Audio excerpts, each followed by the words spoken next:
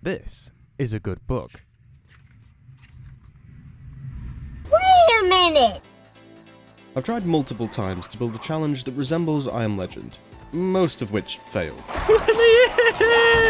What I ended up creating is a loose approximation, a base defense challenge with a nightly sprinter horde that grows bigger every day, with extremely low loot settings that also decrease over time, forcing me to range further, staying out later, and the days getting shorter. Is it even possible to survive 100 days? Only one way to find out. We begin as the day 1 5 AM TV show airs. It's a fishing episode that I guarantee you've never seen, since you have to change the start time to see it. If we waited an hour, we could also catch the cooking show, but cooking is kinda useless, not gonna lie.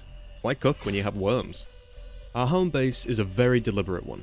It has a raw iron fence surrounding the entire perimeter. Without it, we would succumb to sprinters within a week. The only thing we really need to worry about today are the gates. They're about as fragile as my ego.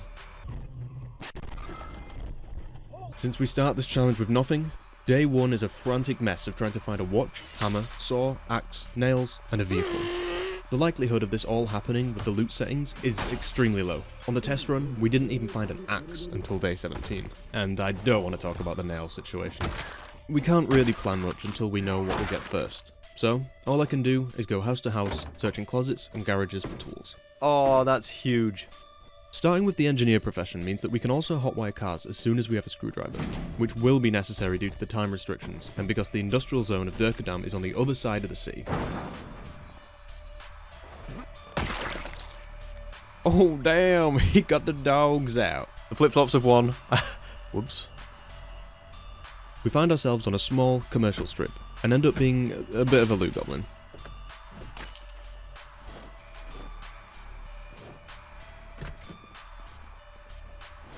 I don't have time. What are the chances we find a hammer?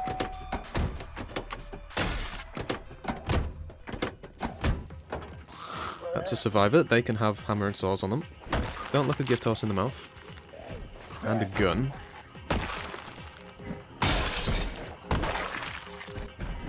We dump the unnecessary loot in the street to come back to. We also find a key for a gun store, but it's blocked by closed shutters. And we come across a fuel trailer. It's empty, but it'll come in useful later as a way to store fuel, since all the petrol stations are empty.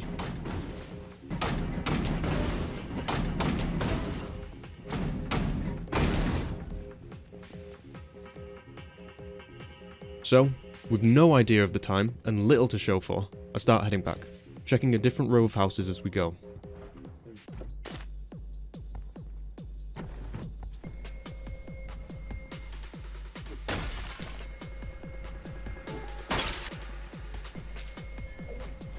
We can guess the time by the position of the sun, a crude method, but it should be enough. And as the world begins to glow in sunset red, we reach home. But, with it being the height of summer, it's late. Too late. As I'm putting my loot away, thinking it's still light enough, roars erupt in the distance. That means that it's 10 o'clock, and the zombies, while not sprinting yet, are making their way to me. Only 1 hour, or 2.5 minutes, until the horde arrives. With the gate still vulnerable, I rush to the neighbours to grab furniture to protect them, as the zombies begin to get aggressive. I get a terrible feeling as the first zombies, still shambling, reach the base. Right as we close the door, the horde begins. During summer, the horde begins in sync with them becoming sprinters. I head upstairs to the furthest room and block the hallway with a table meant for the gate, and wait. I hear glass shattering. They're inside! I quickly check the hallway and— oh fuck! I quickly start disassembling. Anything to barricade the doors. Oh, no luck. I wait for them to start banging on the door. But nothing comes. And eventually, it's quiet. I risk a peek outside to make sure it's safe to sleep. And it is. So I sleep. Despite the tumultuous night, we wake up safe. The damaged barricade in the hall can't be moved, so I have to break it. I count 5 sprinters to make it up the stairs. It's lucky that the door took so many hits. But downstairs shows the true damage. Smashed windows, a dozen sprinters dead on the floor, the garage door just trashed, the front gate ruined, and even still, a few remain.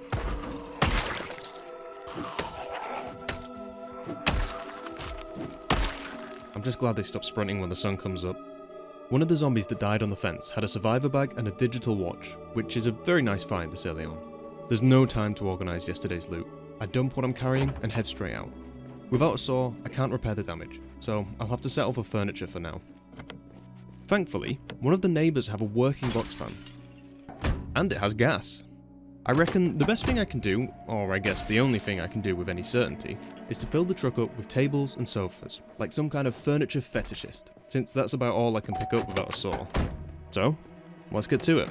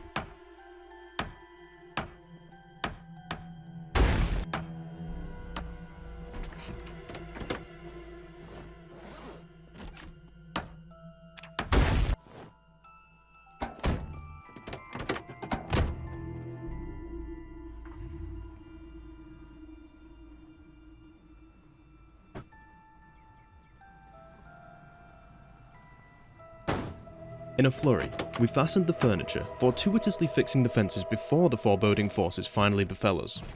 The storm, that is, the waking zombies before the Horde, was a little earlier tonight. I wonder if that'll be an existential problem in 60 days. A lone zombie made their way upstairs somehow. Really not a good sign. I blocked the hallway and door, reading to the sounds of the Horde. It's much less eventful this night. So, you get the gist of the challenge.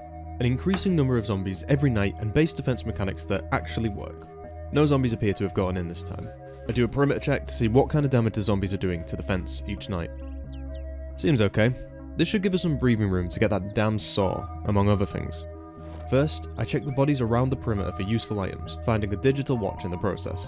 I immediately set the alarm for 11:50, since I've missed the last 2 episodes of Woodcraft. In fact, on that point, I make the tough decision to arguably waste time reading a carpentry book while we wait for Woodcraft, since missing the last 2 episodes has left our carpentry skill massively underleveled.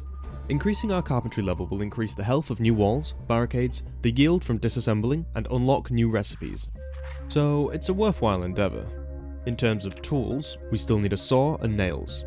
It's kind of the crux of this challenge, at least for the early stages, since we need them to build and disassemble almost everything. If we have to, we can use log walls in the meantime, and of course, metalworking supplies. There's a ton of other stuff we need, but this covers most of it. With all of that in mind, and also considering that loot decreases over time, I decide we should risk a trip to the docks, all the way at the other side of town. Without a vehicle, it would be impossible, but with the boxcar, we can easily make our way there, loot, and make it back in time. Not far from home, we run into a checkpoint. Durkadam, like Louisville, was under quarantine just before the infection went airborne. The entire downtown is walled off. These roadblocks have really good health, so it's worth taking them. Oh, and whenever you hear this beeping, it means I forgot to close the boot.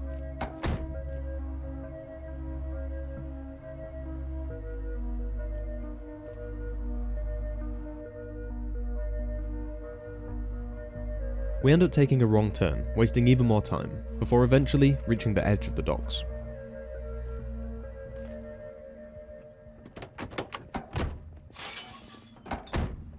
On the entrance, there are these stone barricades. Disassembling these is the single best way to get stone, and we're going to need a lot of it. So, rather than give myself the chance to forget, I grab them now.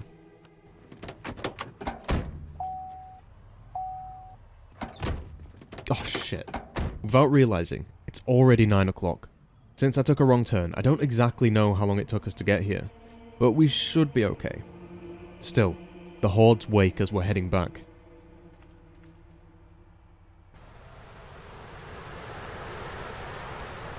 And as we reach home, I end up wasting time fumbling with the barricades. But we're safe in time for the Horde. I quickly grab all the high-calorie food and reading material to bring upstairs. The books, so I don't completely waste the time I spend here waiting out the Horde before sleeping, and the food because before bed is the best time to gain weight. If you eat during the day, you'll just burn the calories by being active and running around before it turns into weight. Save your high-calorie food to eat all at once at night, or on a day where you're doing something low intensity like reading or sorting loot. Anyway, a couple make their way up, but aside from them, it's a quiet night.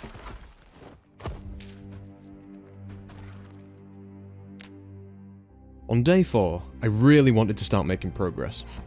This means a full day dedicated to looting the docks. We dispatch the stragglers and set off. It takes about an hour and a half to drive to the docks if I don't get interrupted, which might not sound like a lot, but we pretty much need all day to have enough time to get there, loot, and get back with safe margins. And as the days get shorter, so will my margins.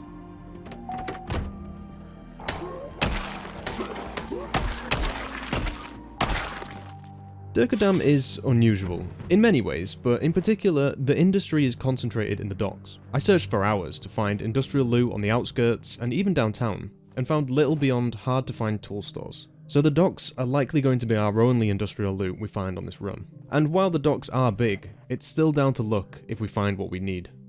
So as we loot, here is our shopping list. Saws, nails, propane torch, welding mask, propane tank, petrol, sledgehammer, axes, duct tape, wood glue, welding rods, solar panel parts, metal cutters, the other metal cutters, bellows, and a gas generator. There are plenty of other niche tools that we need, like a hand drill, pliers, etc., but they're less important.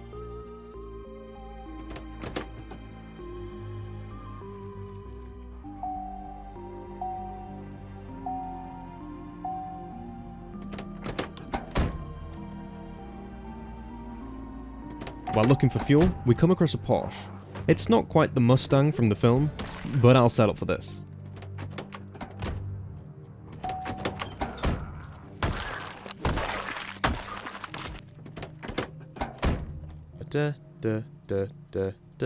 Nope.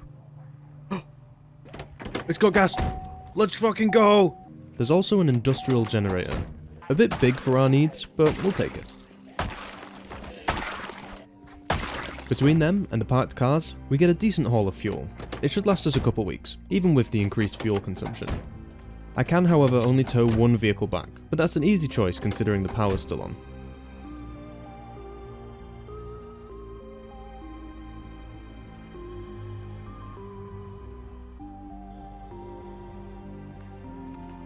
Jesus, this thing does not tow well. Oh dear. Oh dear. Oh dear. Oh, uh-oh. It doesn't seem to be affecting my handling, but... Oh! Yeah, don't crash into these guys. Oh, God. The Horde wakes as we near the house. And we get upstairs just in time for the attack.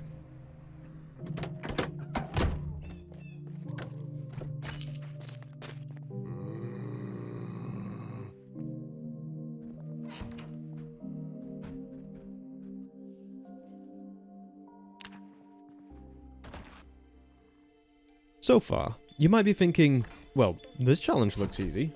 And, well, you're not wrong. It is going to get harder. Exponentially harder. But also remember that the book and the film are quite calm during the day. The daytime will end up being even more difficult than I anticipated, but that's a long, long way off. The nighttime, however, well, if I'm doing this challenge right, then we shouldn't really ever have a difficult night. Does that make sense? The whole point is for me to always be ahead of the curve, because the second the zombies overtake me in terms of power, I die, challenge over. The zombies are linearly increasing in power, whereas mine is more like stepping up stairs. Big jumps, then plateaus. So the way I look at these early days is like, have you seen my Lethal Company videos? We set a world record That lasted 2 days. and the whole premise of the early days is to make a backlog of scrap. The early days here are sort of like making a backlog of tools, supplies, and defenses. That made more sense in my head, not gonna lie. Anyway, as if the video is telling me to get on with it, we get hit with darkness. This is a random event that shrouds the world in darkness and turns zombies into sprinters. It's deathly dark. Not so bad now, but in winter, it's impossible to see 5 feet in front of you. It's honestly awful. It also causes vehicles to malfunction, so I hope we never get caught outside when darkness happens. So after closing the gate and making sure there are no gaps in the fence, I feel safe enough to operate indoors. It only takes 2 sprinters to end a run. So, instead of being traditionally productive, I sort the loot and clean, even removing the bodies from the house. These early days, I kept saying to myself, we won't just be surviving, we'll be living! Oh my god, it gets so much worse. No! And before you know it, the Horde comes and goes. Relish these quiet days while you can.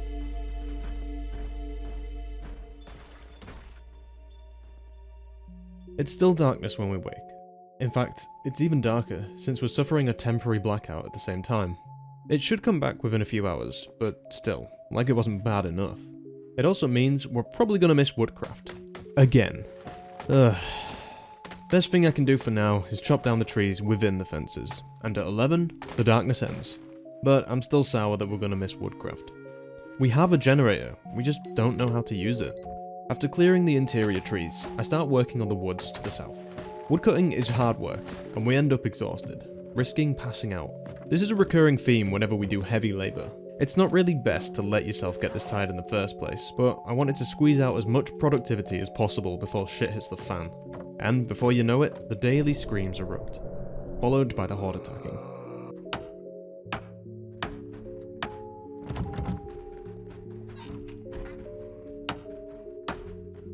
I end up passing out. Turns out, if you wait until you start passing out, sleeping won't stop it. So day 7, we wake up already tired, cutting even more into our lost productivity. Okay, this looks bad, but it's just because the fences are out of sight. This does let us see the bodies though, and yeah, the hordes are getting big. And the power is still out, but at least there's no darkness. I saw the logs, barricade the windows, and get the road barricades I grabbed the other day to block the gate. During this, we miss another episode of Woodcraft because of the power outage. Yeah, power's still not on.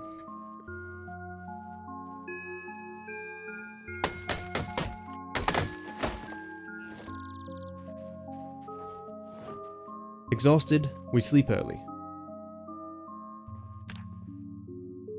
Turns out the Horde screams wake you. Who'd have thought?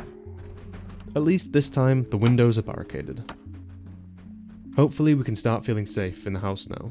Still, I feel it's best to barricade myself in the bedroom, just in case.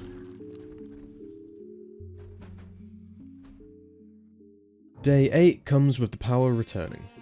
Naturally, I want to catch up on carpentry, so I read. But when the time comes, no show is on. Oh, there's no carpentry show! Oh, the carpentry shows are over! Oh, that's such a pain. They've all played. So I head out in the Porsche. I forgot to empty my inventory, so I dumped some of the stuff on a street corner by the base. I'm sure I'll pick it up later. I really want metalworking supplies. It's the biggest enabler of our success. But for right now, I just need nails to repair the floundering fence.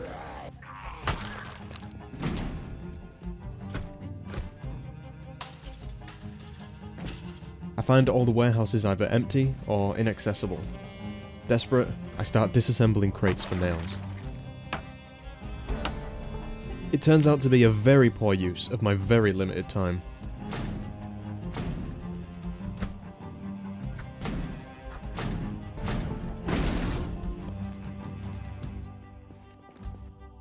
However, before we leave, we find a room full of loot. Plenty of tools, including a sledgehammer, but still, no nails. At least we're not coming home empty-handed. Each time I come back, I seem to be further and further away when the Horde roars. It's going to be a real problem when the days get shorter.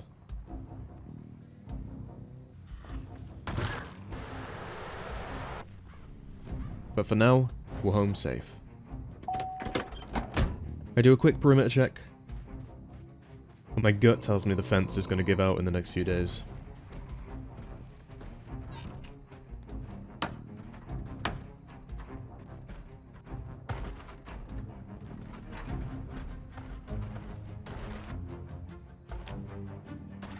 Okay, we know how it goes. Wake up, take down the barricades, perimeter check. Only one hole, but I'm very concerned about the fence's integrity. Some places are bad enough that I'm better off destroying them and replacing them right now. We're still very limited on nails, so log walls it is.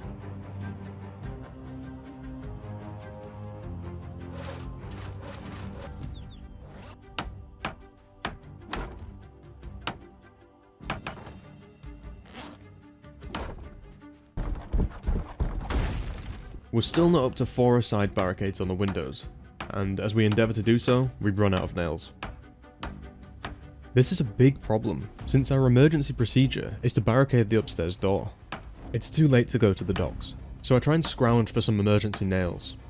Oh, don't give me screws. A small row of shops behind the self-storage is my best bet. Seeing the bar, I really want to make one in the base, so I grab a few pieces of furniture to take home.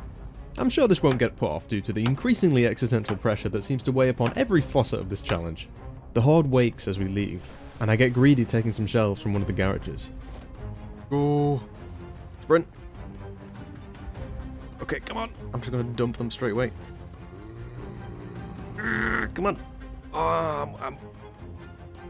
Oh, we're fine. I shouldn't do that. Bit of a close call, but we're all good. It certainly sounds bad out there. We're looking at a horde of 20 right now, plus however many wandered in through the day. I just have a bad feeling. Tonight marks the start of a nasty drinking habit before bed, to deal with the awful, awful depression.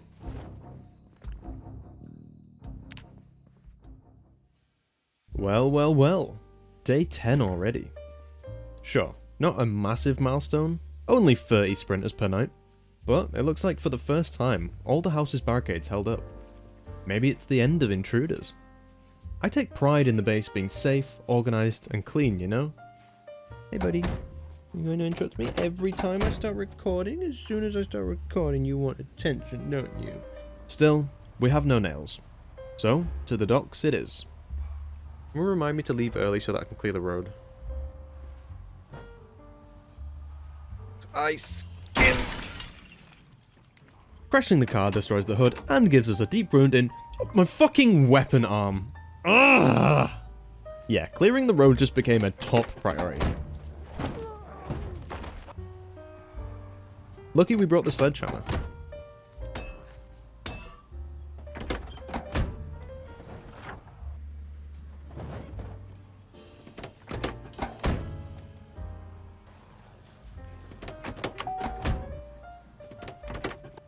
Man, the sledgehammer is not an effective weapon, but damn if it isn't satisfying.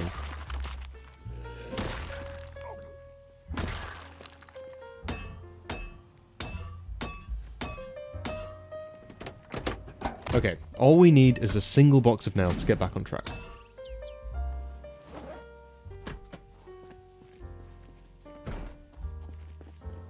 We can also make nails using metalwood. No. Are you fucking kidding me? It's darkness. Okay, herbalist, I'll take you. Yep, but we are heading home. We have 2 hours to get home before every zombie becomes a sprinter. The car is pretty fucked after the crash, and I can't see 5 feet in front of me. This is gonna be fun.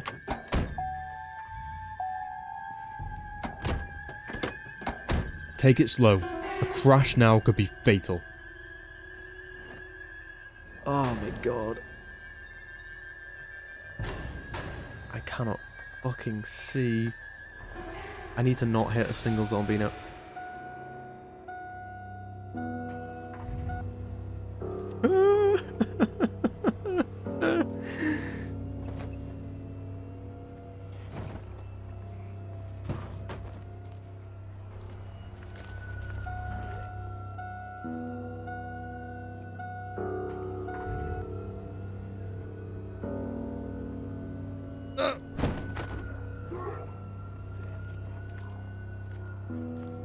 few hours of careful driving and we make it home. Thankfully, the base is clear. At least we still have power. Oh. I risk a quick trip to the neighbours to get door hinges and handles.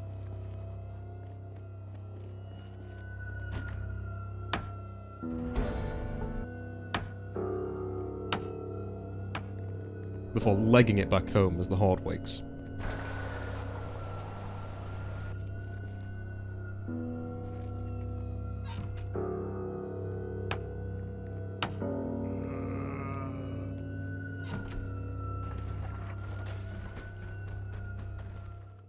Well, another dark day means staying in the base.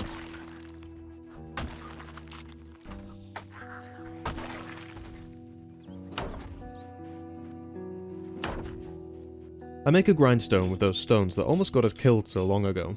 Between that and some metal cutters, we can make nails.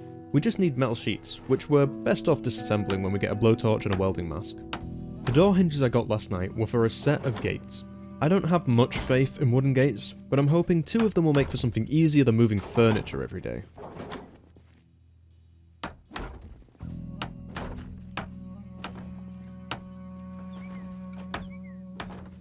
We also add a door to the side, and by then, it's night. You know the drill. Wake up. Clear. Time for a little drive. We come across the worst survivor house I've ever seen. 0 weapons. One of the zombies had a cool army cap though. It's finally time to loot the checkpoint we pass every time we leave for the docks.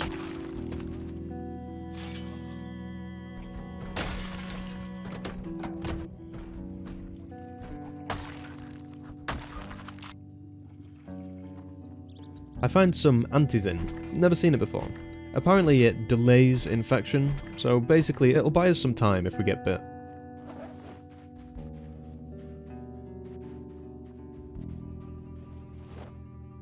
We also find a peaked army cap.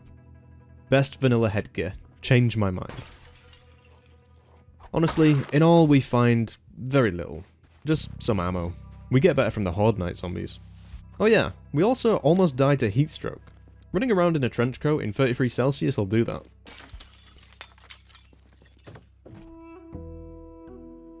This checkpoint also has a decontamination unit, so naturally I decontaminate. We even bring the sledgehammer over to get into the central building, but it's barely worth looting. With some time left in the day, we go through the north gate, taking us to the neighbourhood we passed through on day 1. Remembering the loot, I squeeze down the bridge to go collect it.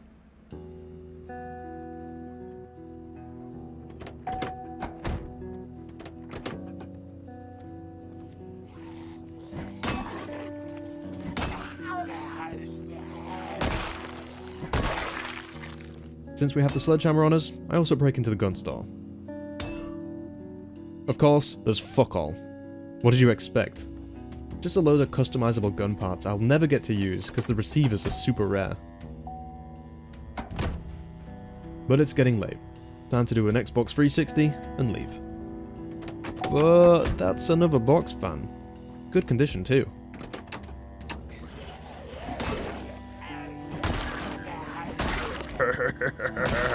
Would be great to bring back and use the current one for spares and repairs. It's fine, we can...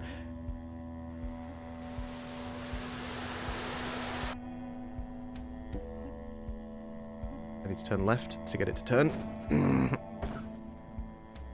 Dickhead, dickhead, dickhead, dickhead, dickhead. I'll get you next time.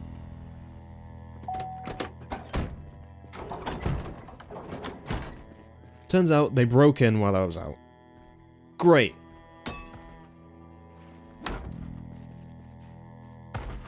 It's way too late to deal with that. No way. I got a bad feeling about tonight.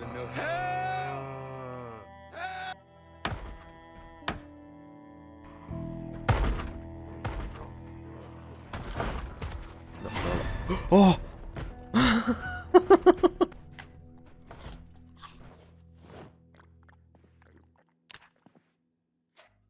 To be extra safe, I put a sign on the top of the stairs. Yeah, that'll show them. The gate didn't hold up too well.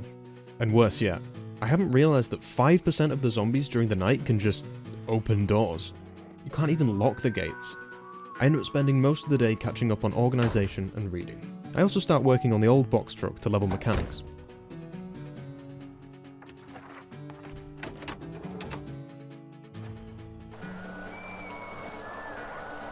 And the final job of the day is to start work on a panic room above the garage, which is pretty apt as I start to worry about the amount of zombies at the door.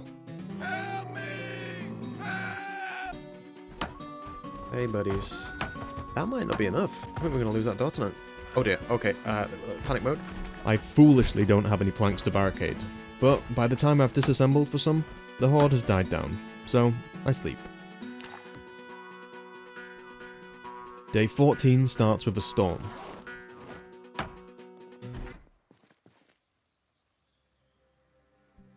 So yeah, that 5% of sprinters that can open doors? That's why there were so many at the door last night. This is when I realised, and the weight of that is heavy. Gates can't be locked. So my only option is to block the gate, which completely defeats the purpose. Plus, if that barricade gets destroyed, then they can just open the gate like normal. So I start working on a way to circumvent jumping the fence when it's locked. There's no way I'm leaving it to chance. If I'm running from sprinters and I fail to climb, it's over.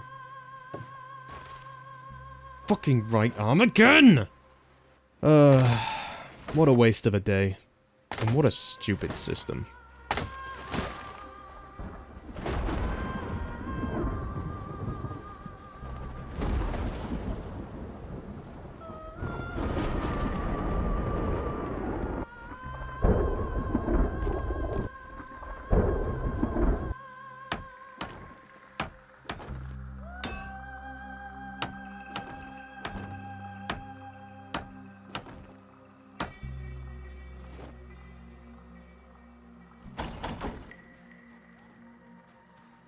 Well, I make it a little better by having a rotating table to unlock the gate.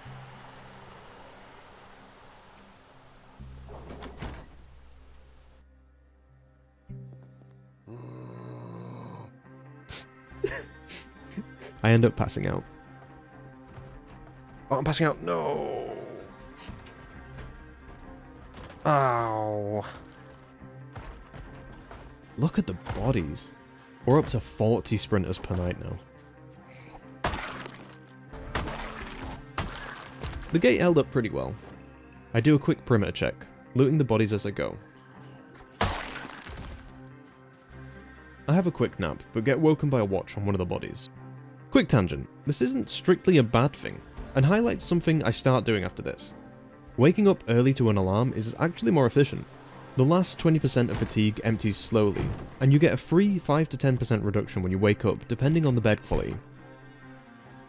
It's a bit of a nothing day because we passed out. Annoyingly, another alarm wakes us in the night. I'll have to go and get all the watches at some point. Day 16 is another bit of a nothing day. But we do level mechanics and go out to get parts. Already the sun is setting notably earlier.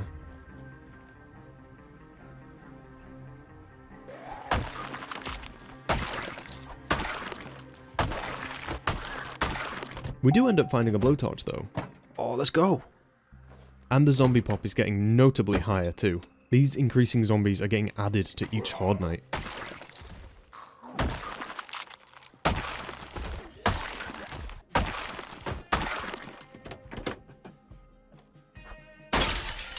With the earlier nights, I'm beginning to worry about when the zombies will switch to sprinting. It's an interesting dynamic where eventually they'll start sprinting before the Horde wakes.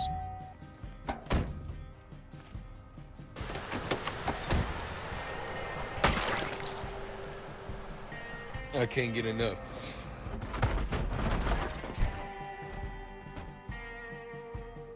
On day 17, they opened the gate again, so that solution wasn't very effective. In light of that, I make a point of always having barricading supplies in the bedrooms.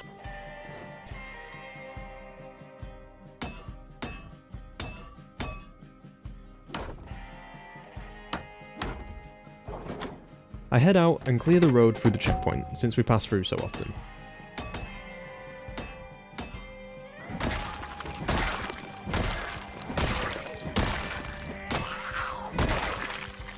and head to the outskirts of Durkadam. There's a load of apartments here that'll be great for looting food. We'll come back later. Otherwise, it's a relatively uneventful night.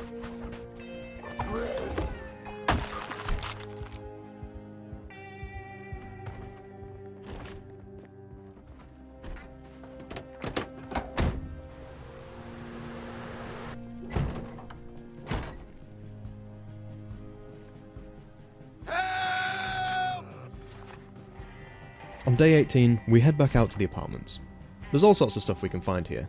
Food, cooking utensils, medicine, and maybe some guns and tools if we're lucky. Loads of car parking for fuel and parts too.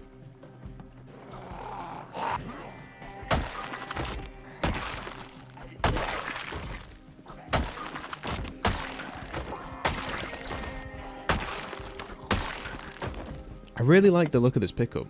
It's like a mix between sports and utility.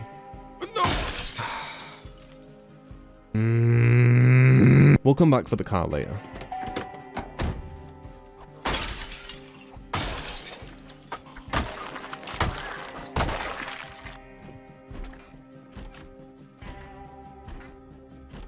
We wind up finding a welding mask in the apartments. Let's go. Super rare find.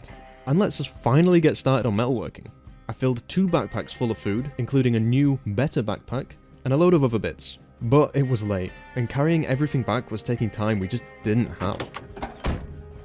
The Horde wakes, and we are the furthest we have ever been from home. Thank God they're not sprinting yet. I think day 20 marks when they start sprinting at 10 PM, and it's all downhill from there.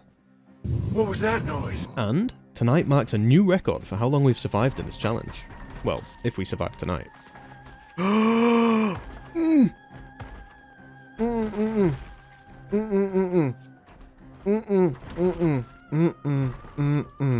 I'm gonna sleep now.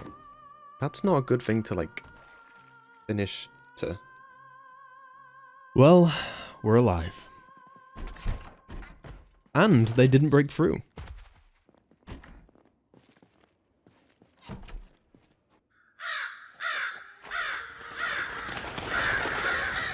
Good night, guys. I'm going to end stream.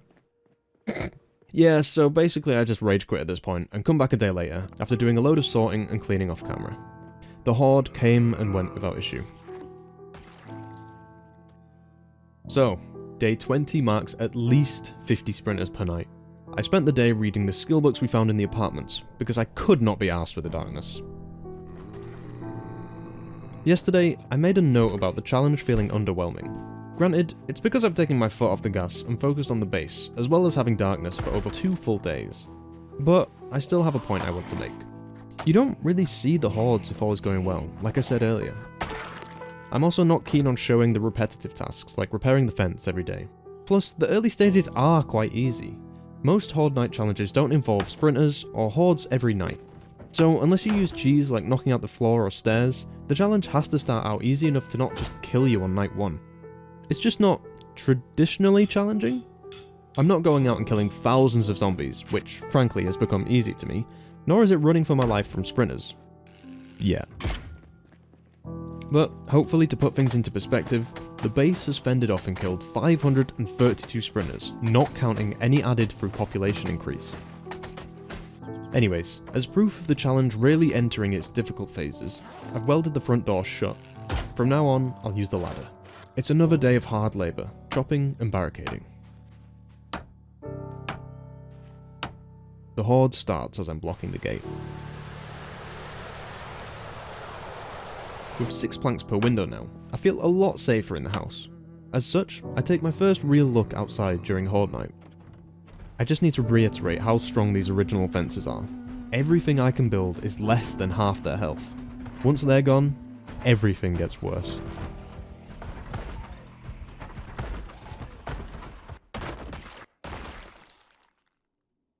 It was bad last night. Real bad. I think we lost 8 segments in total. You might be wondering why I don't just rebuild the fences, since I have the building menu mod. Aside from only just getting my hands on metalworking supplies, the fences need metal bars, which are a pain to find. Plus, I can only rebuild them to half their original health, and that's with 10 carpentry. Either way, if I want to get started with metalworking, then I need heaps of propane. So for now, I keep replacing the walls with logs. Well, since I have the means to make nails, I should be making wooden walls. That's a whole lot of wood wasted.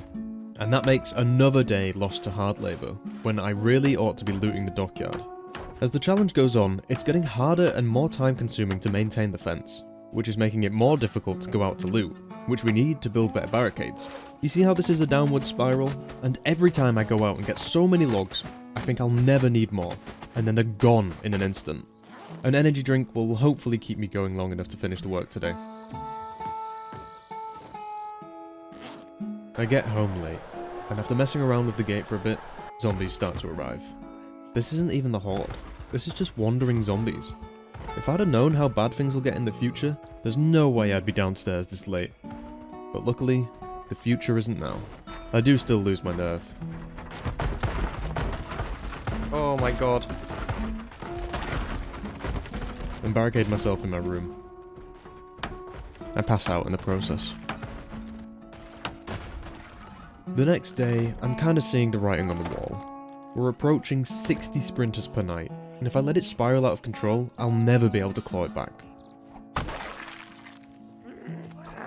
I need to go out and get books, materials, and tools before we're spending all day, every day, just maintaining the walls. But I have to repair at least the windows before heading out. If I get held up while out looting and come back late to an unbarricaded base, I'm done for. We do level carpentry in the process, allowing us to build and upgrade our walls to level 3, which have extra health. And eventually, we set off for downtown Durkadam.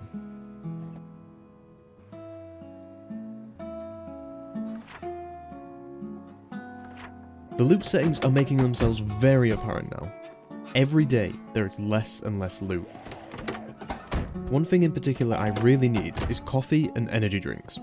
Not just because my real life addiction is bleeding into the game, but because it enables us to labour for longer, and more importantly, it's part of our emergency procedure in case we need to fight or run during the night. Otherwise, we need to find a pharmacy, tool stores, and bookstores.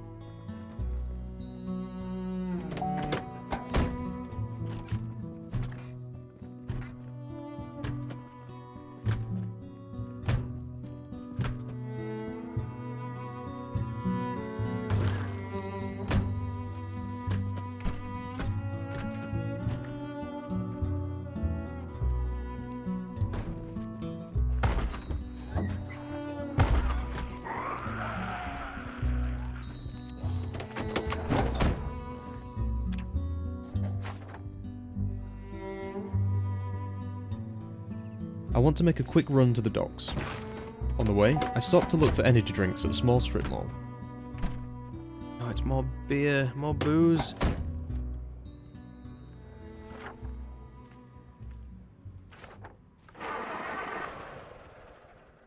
Oh my god, I never even looked at the fuel gauge. It's early evening, the sun is only just about to start setting, but it's going to take me at least 3 hours to run home. Luckily, I never picked up the pickup. I left it hot-wired and with fuel, so if we can make it there, we should be fine.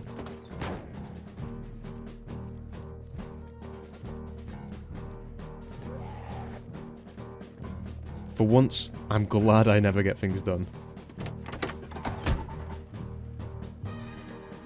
Honestly, fuck the Porsche. This thing is so much better. We get home and start finishing the inside barricades.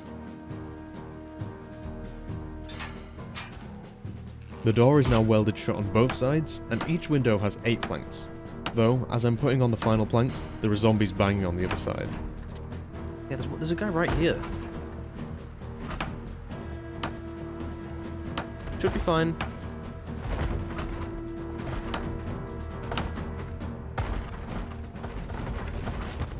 I don't like that. I don't like the sound of that. Fuck that! I weld myself into the bedroom and pass out in the process.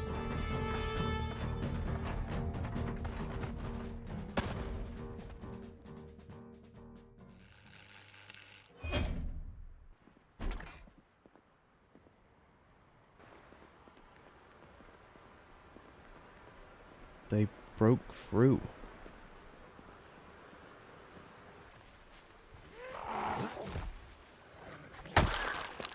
That's the most barricaded we've ever been, and they decimated the house barricades. This is a really good example of how fragile the situation is. All it takes is one bad night. I'm losing control. I need a better solution. I fixed the fence, then it's time to get metal working.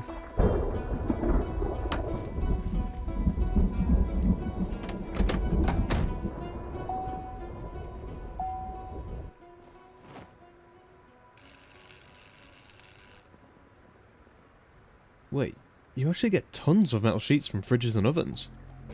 This kinda changes things. I figured metal barricades were a long-term goal, but now I think this is achievable. You even get loads from washers and dryers. Oh yeah, we're on.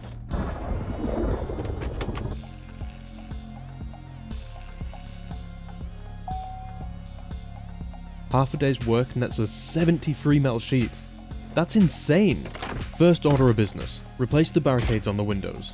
The planks can be reused for replacing the fence. The metal barricades should be around 4 times the health of the 8 plank barricades, meaning a huge upgrade in defensive power.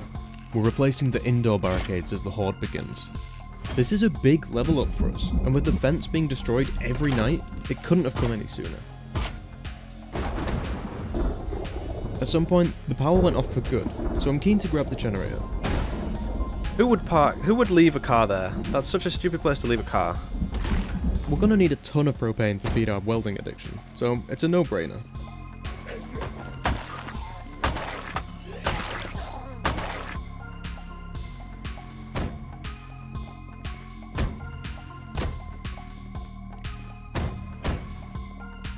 Oh, it's empty. Come on, come on, come on. Yes, let's go! When we get home, we finish the barricades. It sounds bad out there, but with our new defences, we shouldn't have to worry for quite a while.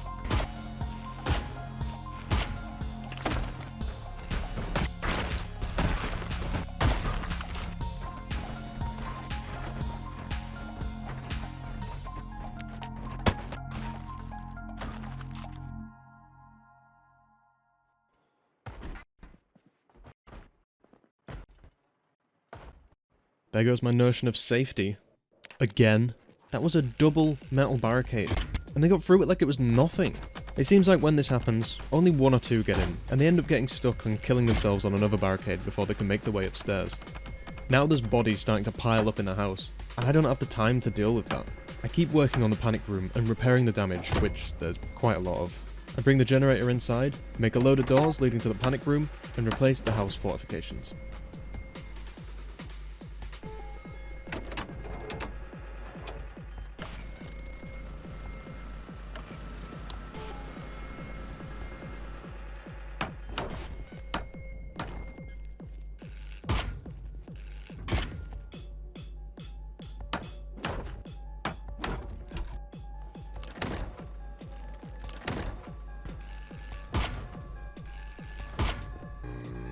When the Horde comes, there are a lot that make it to the front door.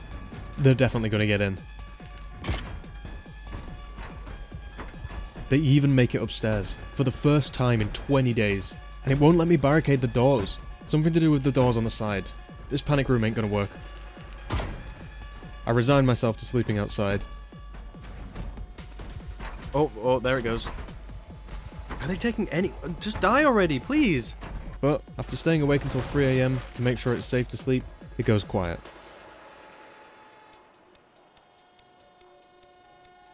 Checking downstairs, there are dozens of bodies in the house. Oh my god, 1, 2, 3, 4, 5, 6, 7, 8, 9, 10. They broke 10 metal barricades. I'm going to sleep.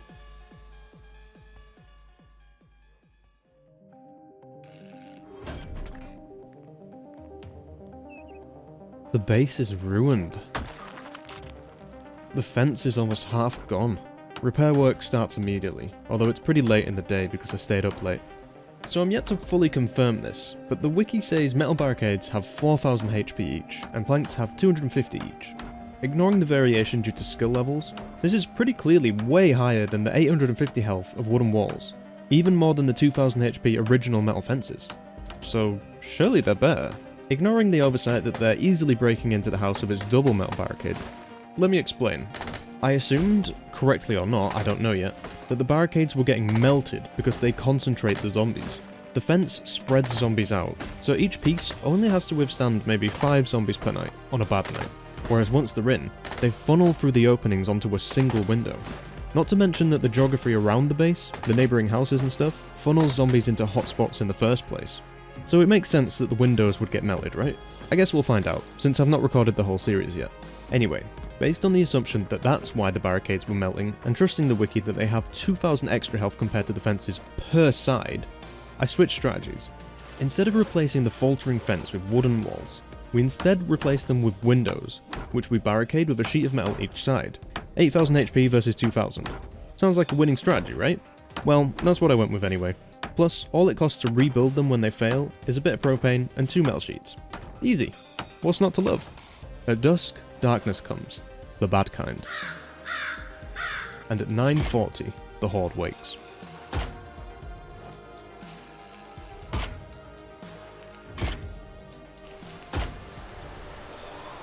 As I head upstairs, I realise I've completely forgotten to barricade the house windows. They're completely open!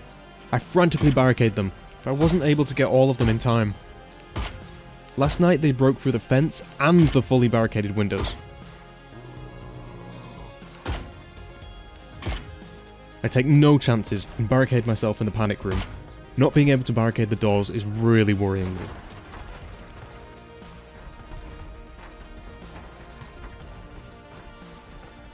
But around 2 AM, it starts to die down, so I can sleep indoors again.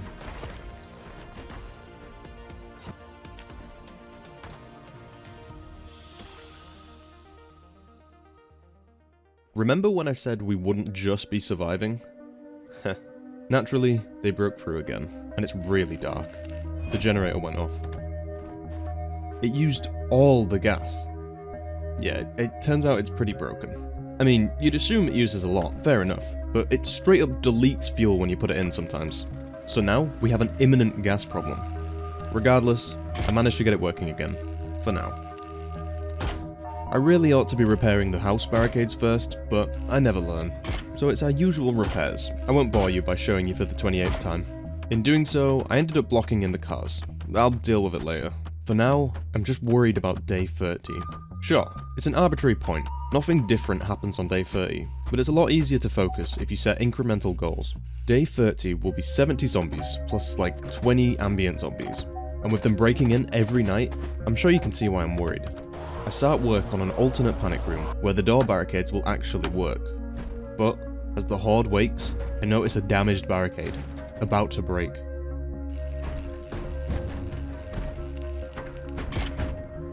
Please don't be the death of me. Please don't be the death of me. It's just one. Come on, come on, come on, come on, come on. This is gonna go tonight. Absolutely. Look, I've not even finished the fucking fence. No, why is it damaged? I did the wrong one. I did it. Oh, fuck's sake. Come on, come on, come on, come on, come on. Come on. I don't care, I don't care, I don't care. Oh, thank fuck. I have to use the panic room. I barricade myself in the old panic room, and wait until it's calm enough to sleep.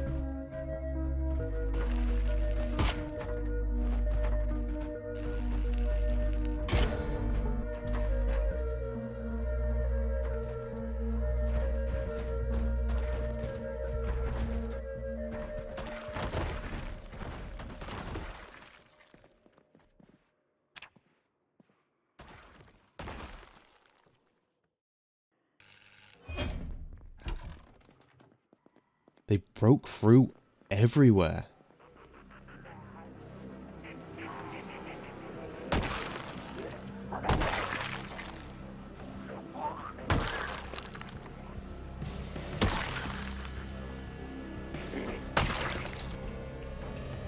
It's a long day of hard labour, but we finished the wall and weld the entire inside. I still need to double up the metal sheets, but that'll have to wait until tomorrow.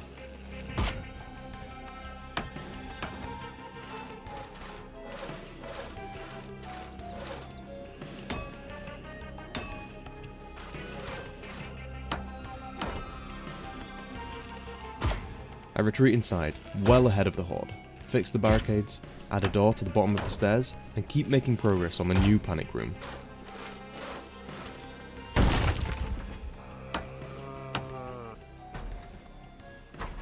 I end up passing out. It's snowing when we wake up. Downstairs looks okay. Outside also looks good. And a perimeter check confirms it. Not a single breakthrough. I can't remember the last time I said that. After a short nap, I'm able to go outside comfortably for the first time in forever. I also noticed that the water's gone bad. We can still drink it, but with all the bodies around, I need to be careful not to get a fever. I go out to collect sheets, but also lamps to light up the base. It's going to be a long, dark winter. If I'm being logical, they'll likely break through tonight, but I'm okay with that.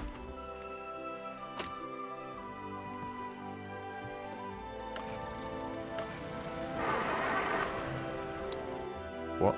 I just put a full tank in you. You just ate that fuel.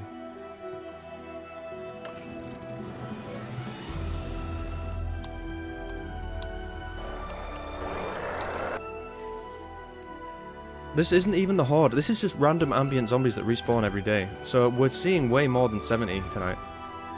We've massively leveled up our defences. It'll take the zombies a while to catch up.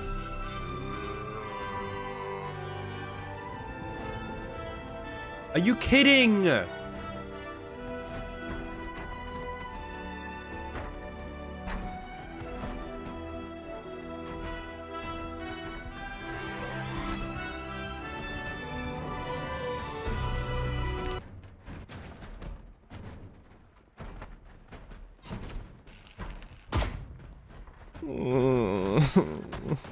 I'll wait until it's safe to sleep. Well, they broke through multiple windows. Just gotta get on with it and repair, I guess.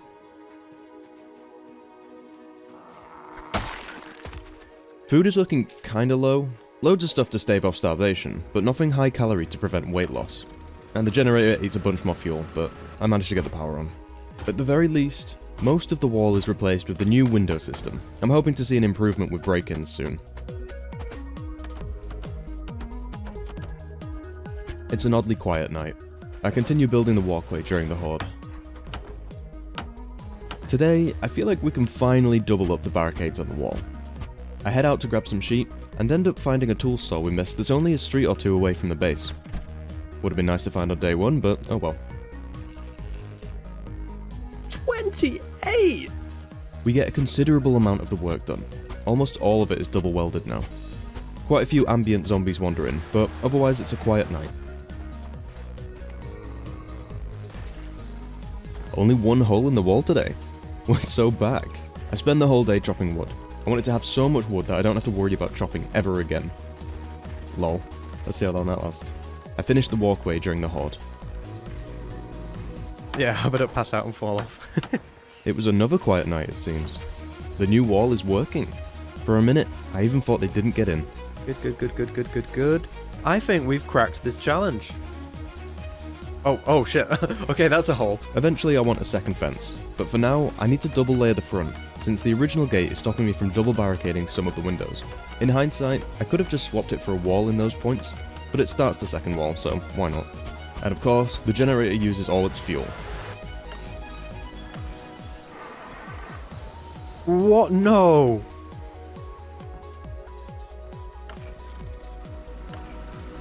Tonight is a good example of the way that zombies are funneled around the neighbouring houses.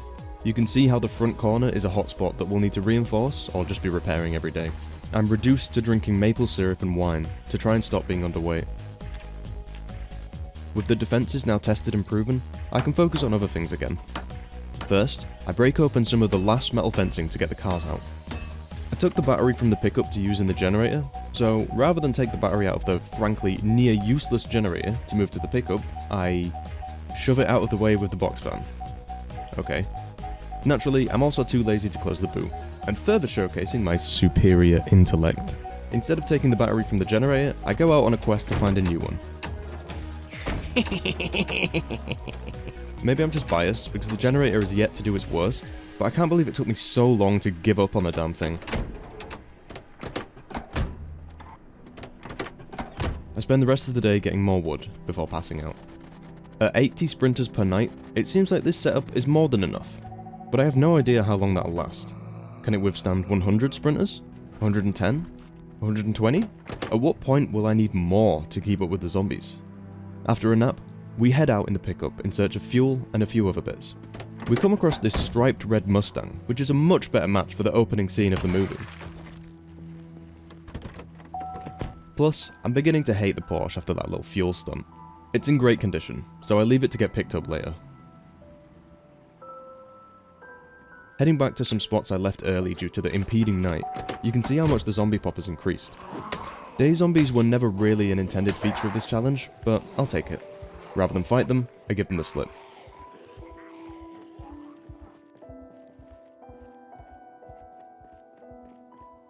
Sadly, the pharmacy isn't worth it.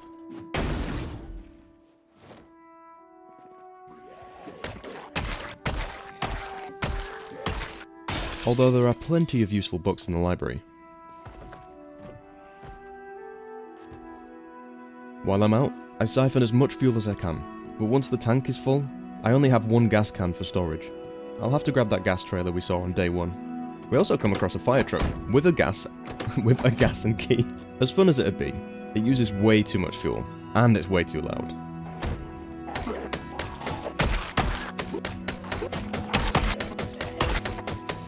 We're pretty close to the Porsche, so I begrudgingly tow it home, despite its offences. I do some money shifts on the way home. Oh yeah, I forgot this thing doesn't like being towed. And when we get home, the Horde wakes at 9:10. I think I mentioned early on that the Horde moves out of sync over time, which is quite appropriate as we approach winter. But when spring and summer roll around, we'll be looking at a Horde that starts at 6 PM. This is completely unintentional, but I might just roll with it to make the challenge even harder. Not sure yet. I spend the small hours watching the sprinters on the walls. After my 6 AM morning grind, I head out to collect the Mustang. Seems this one doesn't like being towed either. Oh fuck, oh fuck, oh fuck. We take the long way home, checking for fuel and supplies on the way.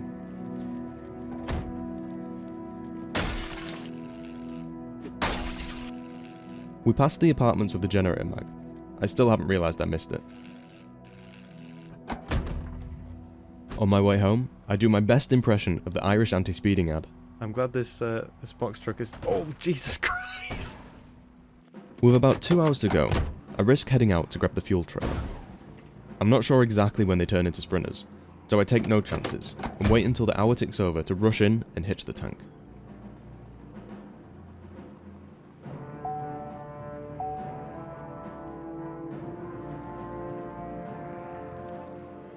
They're gonna turn into sprinters, they're gonna turn into sprinters, they're gonna turn into sprinters, they're gonna turn into sprinters. Why am I doing this so late? Oh, live a little, live a little. Oh. What, you never risked anything in your life before?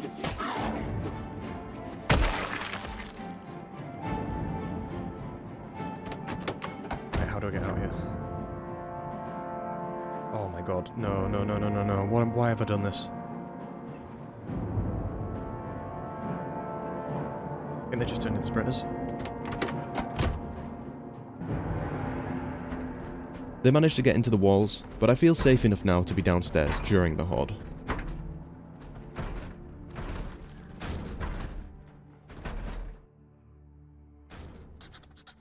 After my morning routine, I decide to take the new car out for a ride.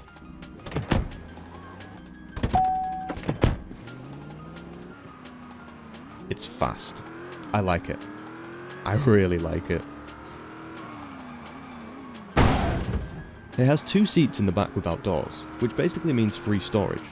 Don't put stuff in the front seats as it stops you getting in an emergency.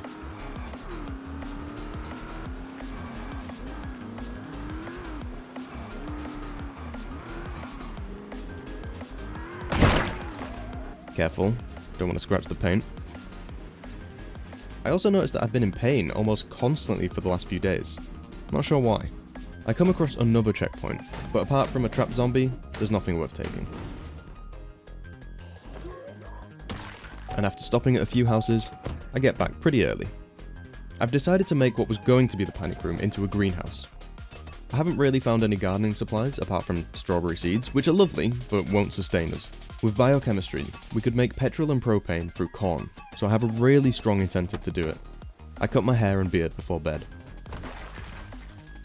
On day 39, it's midday by the time we finish repairs. Today is a lost day. I'm not sure what happened, but now it's 10 PM. And days 40 and 41, I spend entirely catching up with all the stuff I've been putting off, like reading, cleaning, and repairing.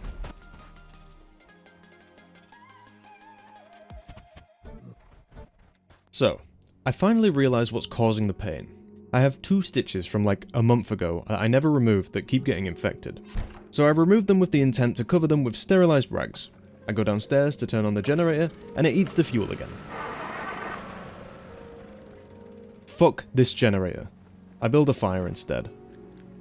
Speaking of fire, it's minus 10 Celsius now. The clothes I'm wearing aren't really suited for much lower temperature. I spend a good chunk of the day finalising the organisation for the supplies.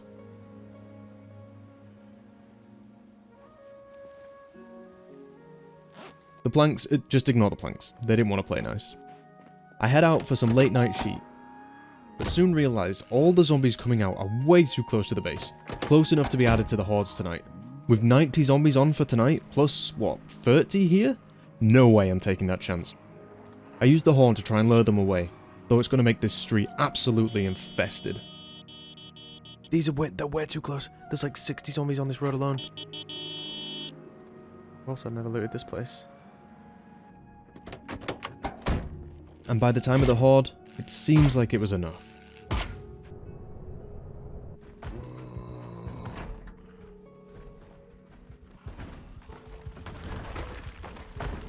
They did break in through quite a few spots. Hard to say if it was the additional zombies, or just low health barricades.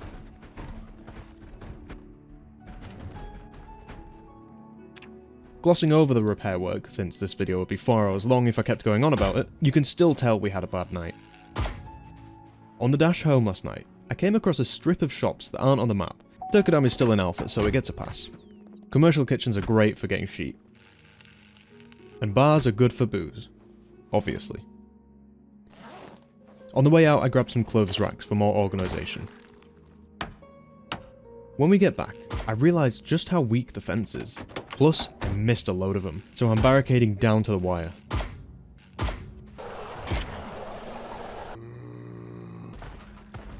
While repairing the fence, I hit level 9 carpentry. I put down the furniture I've collected over the weeks, still forgetting about the bar, and head out to grab a 911 for spare parts.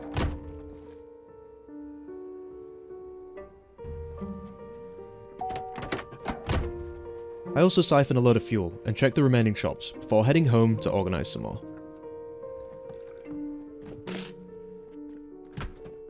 We have a decent stock of fuel now, but it ends up being a pretty rough night.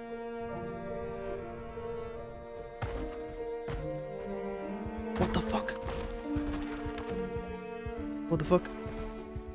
Why are there so many?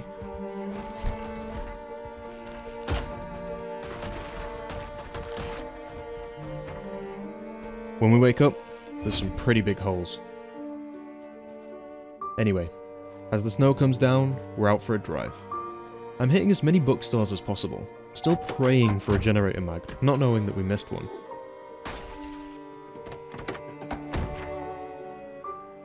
we find a gardening store, and while I remain hopeful, we found nothing.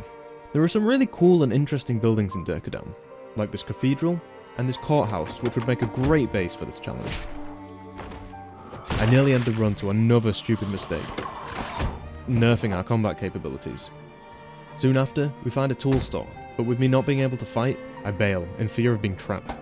I can, however, maximise the spear's crit mechanic. As long as the zombie you're attacking isn't too close to another, there's a high chance of an insta-kill. So by kiting and positioning myself, I'm able to clear the area.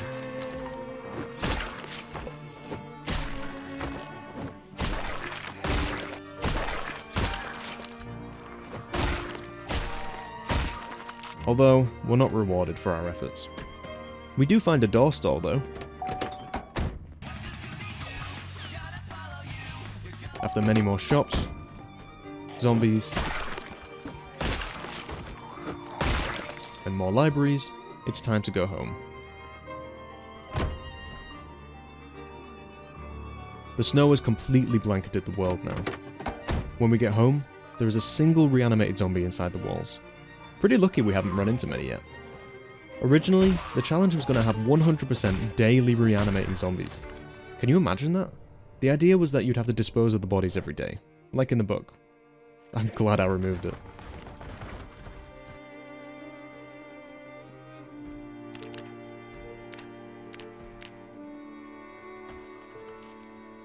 Day 46 is when I find the generator mag in the old apartment.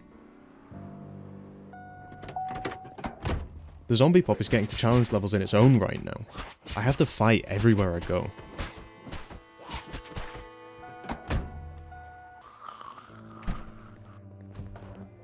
Look, it's right there. We just went past it. See you, bozo. While we're out, we get some fuel. The pickup is looking pretty worse for wear. Oh no. I'm not a good enough mechanic yet to fix the engine. Better fucking start, dude. Damn. But we managed to salvage loads of parts and fuel. I have another close call when I forget you can't shove with 2 containers in your hands. Oh my god, I can't fucking push with 2 oh, you fucking can't push with 2 things in your hand. I replaced the hood of the pickup, protecting the damaged engine, and head home.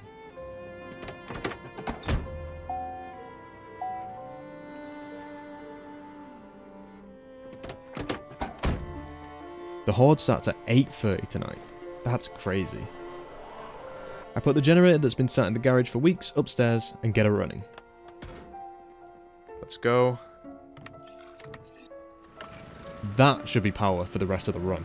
And with it, I turn on the perimeter lights.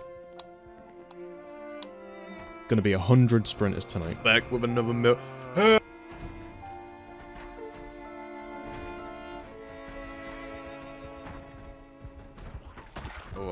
Oh god, look at this.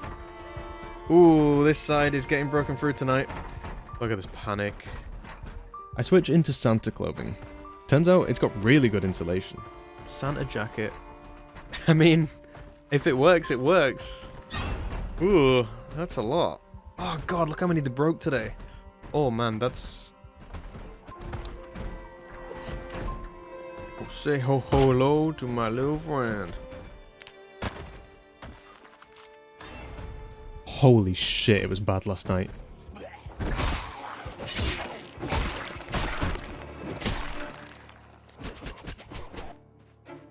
Oh my god!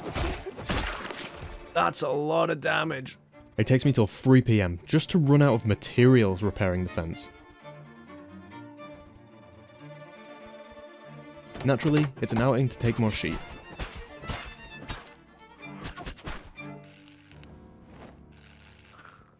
Come on.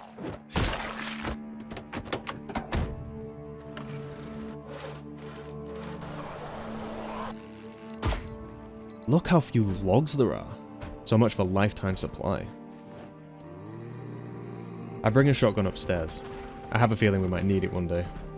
Sawing it off makes it hit an extra zombie, but sacrifice range, at least in vanilla. Hopefully it's the same with advanced trajectory. The idea is that I can shoot them as they come up the stairs, protecting the door. For now though, it seems like the defenses worked, and it's a quiet night. While we got off pretty lightly last night, the damage from the night before has got me thinking of the future. I start in earnest on the second wall, hitting level 10 carpentry in the process. All day, and some of day 49 is spent chopping, sawing, and building. The very first pieces of the original log replacement walls are replaced. Although the increased propane consumption from all the metal sheets is beginning to worry me. We've already gone through 3 industrial tanks.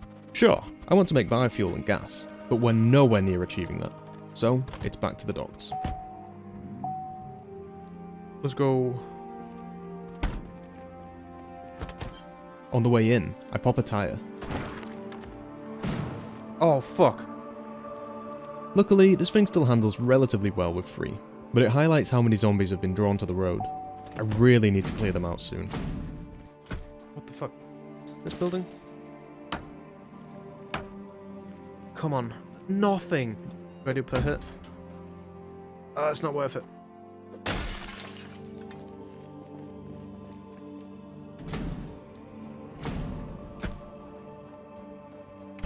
I could have left one in here.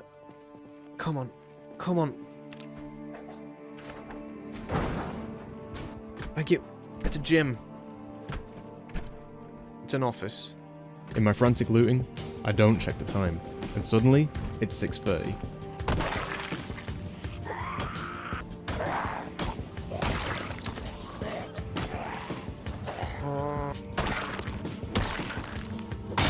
Regret. Shit, it's getting late. Shit, it's getting late. I need to go. I immediately dash for the car.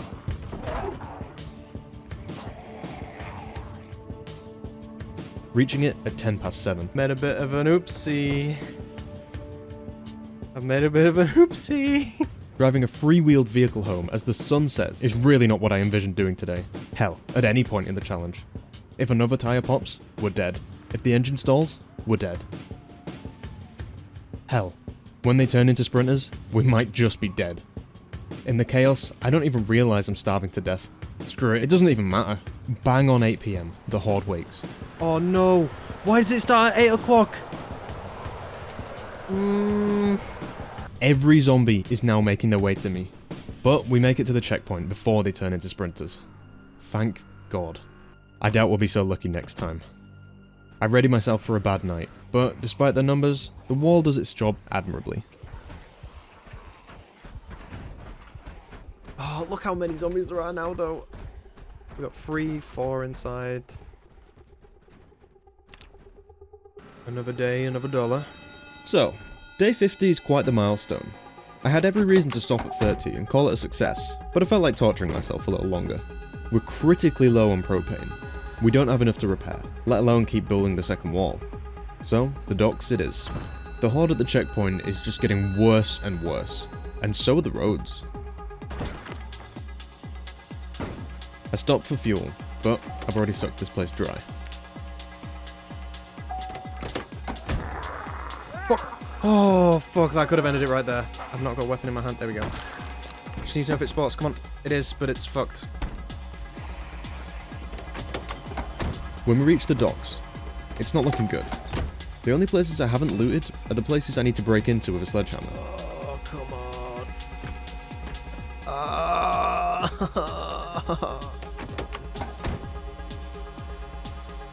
Come on. We do find a small propane tank, but it's not enough.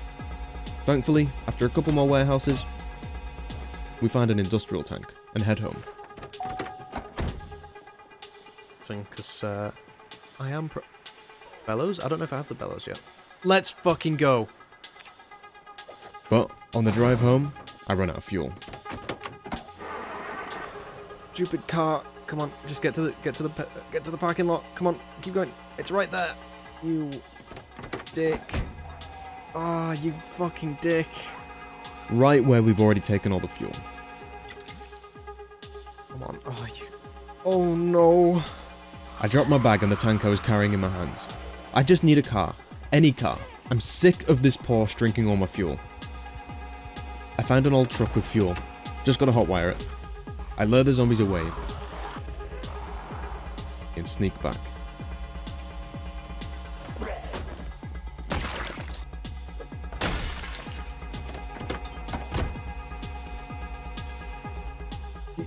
Come on, buddy.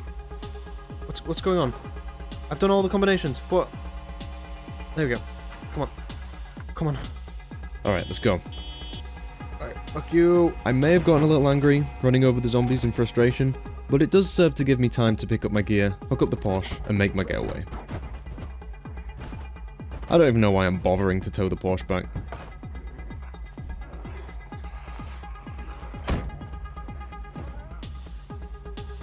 Straighten up, straighten up, straighten up.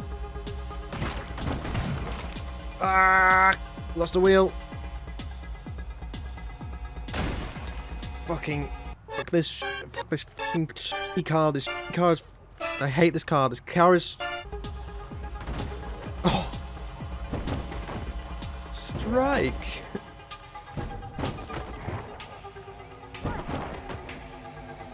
Ugh. Once we make it home, I patch up the wall as best I can. It's gonna be a bad one. For a southern... Oh, fuck. They're gonna get all the way in today. Look at that. Oh, look at that. They've... Yeah, they're getting in today. They are getting in today. I spend most of day 51 working on the frame of the second wall and barricading as many as I can. I head out for more sheets, shooting a gun for the first time while I'm out.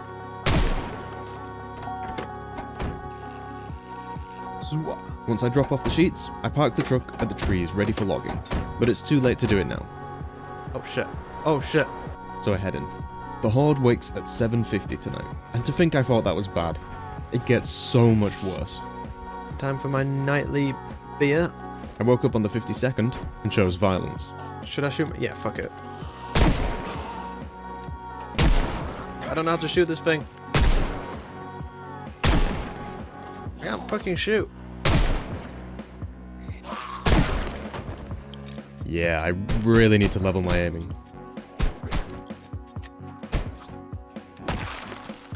After losing my axe in the snow and taking a wood axe from storage, I get to logging, followed by making a load of progress on the second wall. I also make a start on glass panes for the greenhouse. It's now -2 Celsius inside the house. The metal sheets must be working, since now that the first wall is entirely double sheets, not much is getting in. I spend the entirety of the next day working on the wall and filling in as many barricades as I can. And on the 54th, the second wall is done, but not barricaded. Let's go! I go out for more metal sheets, scratching my right arm in the process. Ah! Nice. Where else but the right arm?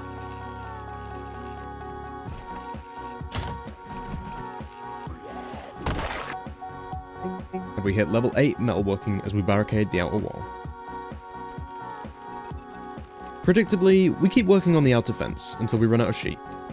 The days are going quick with a goal to focus so intensely on, but if this works, this might be our defensive solution for the rest of the challenge. I really hope it works. To blow off some steam, I shoot some more. The emergency shotgun will be useless if we can't aim the thing, so there is some sense to it.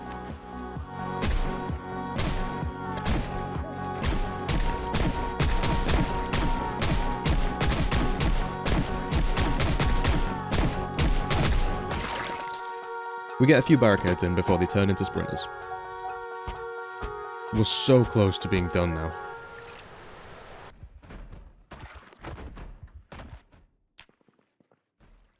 Between days 56 and 59, the game audio didn't record.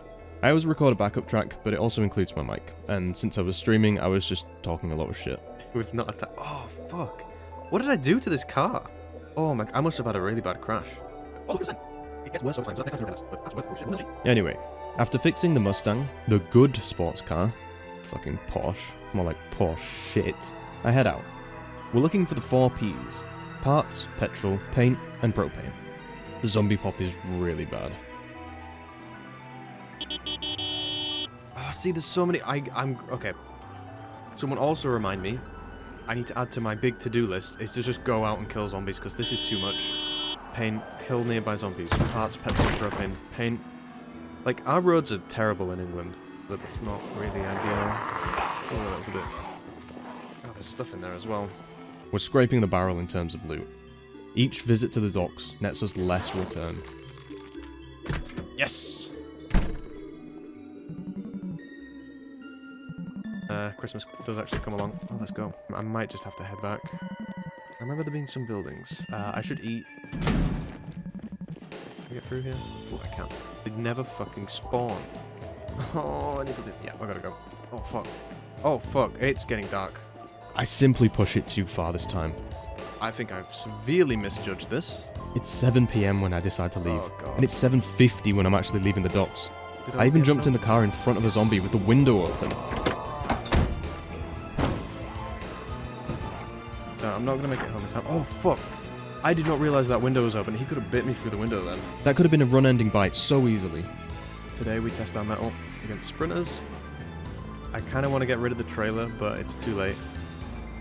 Okay, yep, there they go. There they go. Oh boy, oh boy, oh boy. This is gonna be fun. Oh boy. I remember, I'm in control of the gears. I've got fuel. I've got plenty of fuel. Like, they're not gonna get me while I'm in the car, but they're gonna be running into the car, which is damaging the hood, it's damaging the wheels, and I'm towing the trailer, so I don't have that much, like, pushing power. Like, if these were shamblers, I could easily get through them without hitting any of them. But they're fast enough to just get in the way and constantly hit the car. And then how many are going to be around the base? I mean, I only have one sheet rope to get up. If that sheet rope is gone... Oh no, me dead. Oh, it wouldn't be a challenge without some tense moments, would it? Don't drive at 60. I'm going to be hitting zombies. I will need them to do the least amount of damage. I'll run them over. It's fine. I'll run them over. I'm not getting out of the car until it's clear. Oh, dearie me. That's a lot of sprinters. Oh, I'm going to pull... Oh, I'm going to pull them all. Because they're all on the edge. Look at it. They're all going to attack me tonight. Tonight is going to be really fucking rough. So I did honk my horn in the hopes... Oh, God! In the hopes of drawing them away from the base just far enough, but the problem is I didn't anticipate them being sprinters when I came back, so they're going to make so much ground. Okay, good. I pulled a lot of them away. But they're going to go straight back, and they might get in range of the house. But there's not going to be any zombies up here, because I pulled them all away. But yeah, loads of those zombies are going to be coming, and they're going to join this Horde night. Oh, God. And then I'm going to spend all day tomorrow repairing. I need a different solution to this. I need a proper ladder. Tomorrow, I need to make sure there's multiple ways for me to get up. I want the house to be safe. They've not broken into the house in so long. Okay, we have a lot of food. We don't have a lot of calories, though. This is all low-calorie stuff. They break through them so easily. Like, look, this entire side is going to be destroyed by morning. Oh, there's so much damage. Look, they're breaking through everywhere. God. It's a bad night for the wall. In the morning, we see the extent of the damage. It takes until midday to repair most of it. So now I start working on spear traps, but I'm worried I might fall on them, being in the snow and all. So I put crosses and graves in front to make it visible. Okay. Little did I know that the graves make them trip, making them immune to the adjacent spears or something. I don't know. Spear traps have killed me, so as soon as I see that they're not working, I just kind of give up on it. Maybe I'll come back to it. Plus, it's 1 plank per spear, 1 spear per kill. Barricading a window is probably going to kill more zombies, so it's not really worth it. The next day, while repairing the wall, I check the bodies. We can find a ton of weapons this way, but not much else. I think I found a total of 15 bullets on Horde Night bodies throughout the entire challenge. I chop some logs and build a bridge over to the neighbours, making a watchtower with emergency sheet ropes, in case the only way in and out of the base gets pulled down while I'm out. That night, I try shooting off of the watchtower, but it's not very effective. Plus, it concentrates the horde below me, which then attack the same part of the wall when I decide to walk back to the base, so it's really risky. I try to negate it by shooting as many zombies as I can. Advanced Trajectory Realistic Overhaul is really weird, plus it makes shotguns much weaker than vanilla. Never shoot. I'm shooting the guys in front of me. But 3 hours later, it's over. We spot repair the wall, finishing by noon. Now that we have the double wall set up, I can take a day or two off of repairing, then spend an entire day bulk repairing. Look, I'm actually stopping to get stuff. I've gone past this for like 50 days. Oof, that checkpoint horde is bad. It's something I don't actively start doing for another week or so, but eventually it helps me be more efficient with things that take longer, like going to the docks. Speaking of which, there's a part of the docks I've been driving past this whole time. By taking a different turn, there's an entire other dock district to explore. The first warehouse has a significant amount of loot in it.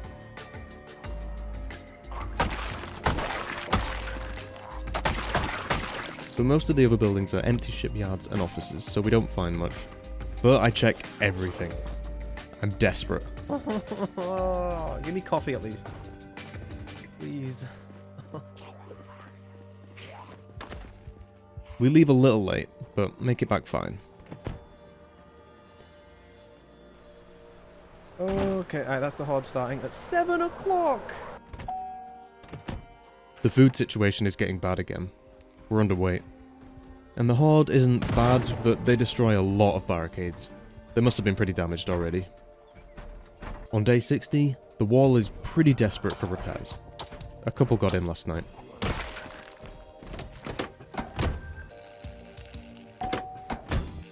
So it's a long repair session, followed by logging. Exhausted, I sleep.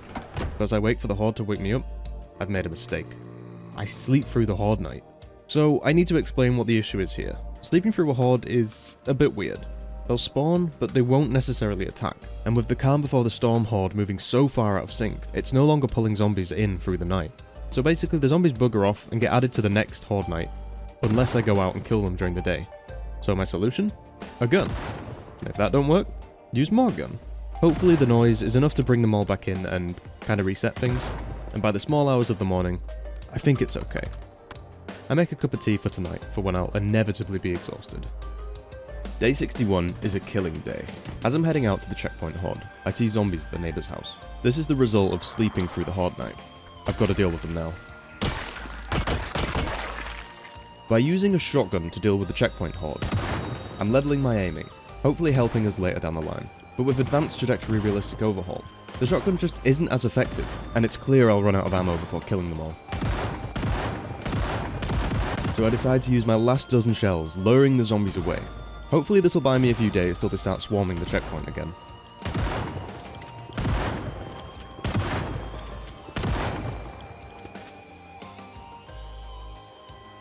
With us waking so early, there's plenty of time left in the day, so I head back to the new docks.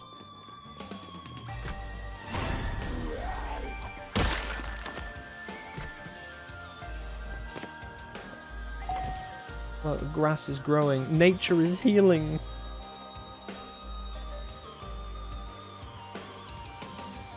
I run into one of the RV interior school buses. Maybe this challenge would be easier if I just went nomad. After a few hours of looting, and going a little crazy. Surely you need paint to build. You keep painting a building site so that you can...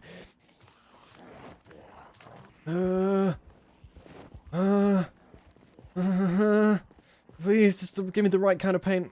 I'm gonna... Okay, we risk it all. Oh, that's some bullshit. I'm gonna... I can just jump off the building, I'll be fine. There's gonna be some paint in here. We've already found 2 buckets of paint that I don't need. I'll definitely find some more paint in here. It might be the wrong kind of paint, but we're gonna find some paint in here. Don't even worry about it. I just gotta hope. I'll be fine. Oh, that was lucky. I need to go. Holy moly, I need to go. I set off. It's pretty late, and I was expecting sprinters, but we get home without issue. The horde does start at 6:50 though. I think we're past the shortest day now. So, while the calm before the storm horde is getting earlier and earlier, sprinters will never start earlier than 8 PM, ever.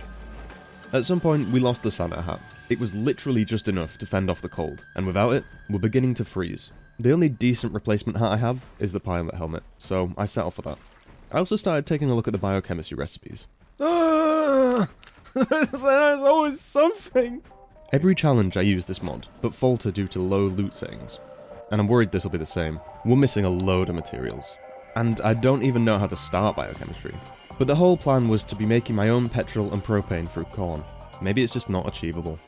On day 62, I have a bit of a mental break. I keep getting sidetracked by minor tasks and getting nothing done. I just can't focus on one thing. I start working on the greenhouse, but the glass pane production is too slow. Oh, this is pain. I'm reduced to a snivelling mess. You can't... Eventually, I crack and take my frustration out on the Porsches. It's out of fuel.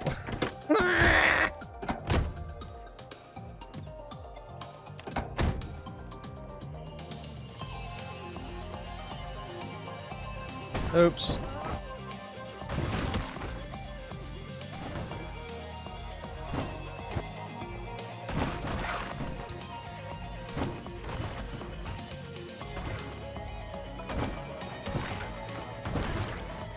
Not on the front one. No, not on the second.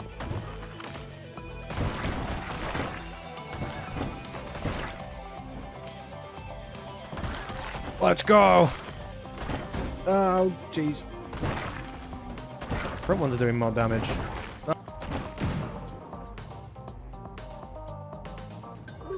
Come on.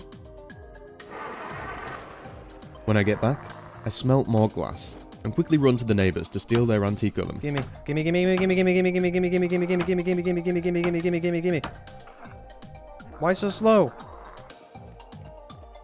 Yes. While working on the greenhouse, I fall and almost die. Oh! I continue on the roof, very carefully. It's a relatively quiet night, maybe helped by the fact that we killed a lot of zombies today. I keep working on the greenhouse, bringing up dirt and digging rows for planting. I decide to get rid of the stairs, so I spend like a whole day just fucking up trying to make a new way to get to the roof.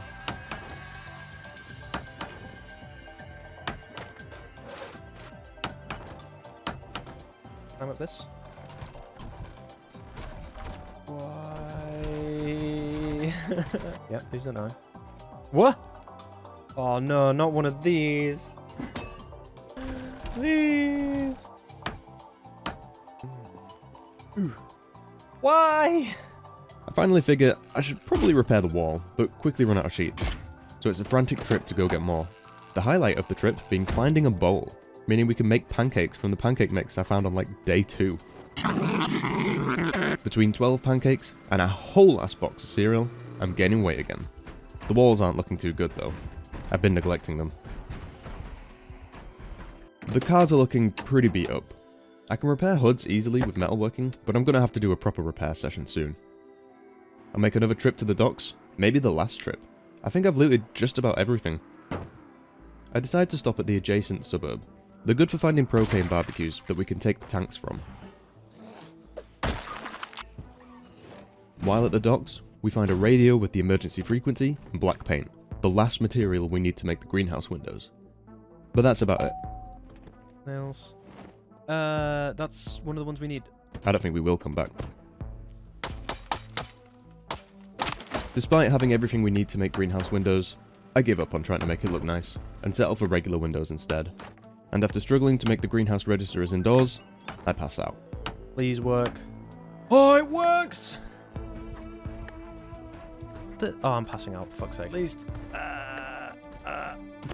So, with the greenhouse on my mind, I chop some trees. The building is being a pain, and it's still not counting as indoors. Before anyone says anything, you don't need to fill a door frame, and you can just use frames. It's usually a weird pillar in the corner that stops it counting. And eventually, we find the culprit. Pillar there that could be causing it. Oh, there we go. That was causing it. I'm not happy with the ladder though, and remove it, trapping myself on the roof in the process. Uh-oh. Hopefully. I shouldn't die. We'll be fine. Oh, god damn it. No, no. No, no, no, no, no. Uh-oh. Oh! What is going on? Can I disassemble my way down? I can, but only from here. Oh, fuck's sake. Oh, I can jump down this way. Okay. Yeah, this shouldn't kill us. Yeah, it's still damage. I decide to sleep early because we passed out, and to heal from jumping off the roof. Next, I get the oven going to see if it'll be hot enough in here to grow stuff. Move the ladder to the outside so I still have roof access. Yeah, this should work. There's no reason this wouldn't work. Thank you. And put the generator outside so the fumes don't kill us. Move the oven to be more central for heat distribution. Make a rain collector and plumb it to a sink in the greenhouse. Alright. During all of this, I didn't repair the wall, so it's going to be bad tomorrow. I spend the rest of the day tidying. There's no way. They can't break in. They break in. Oh, no, no, no, no, no, no, no, no, no, no, no. What the fuck? Close the door. He could open it. He could open it. He could open it. He could open it. What the fuck is that about? It's just the one guy, right? Yeah? I think I can stab him from here. Turns out the northwest corner is a weak point, and they're consistently breaking through here. I'll have to address it when I get a chance.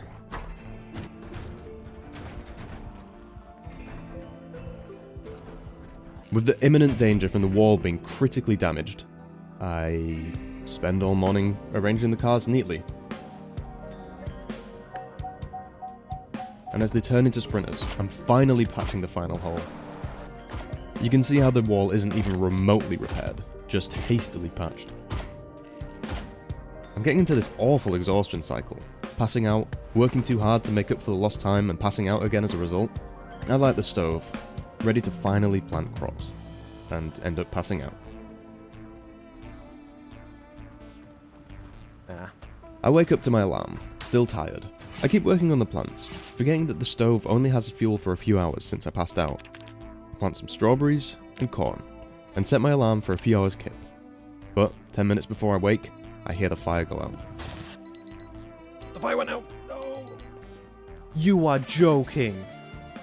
All my plants are immediately dead.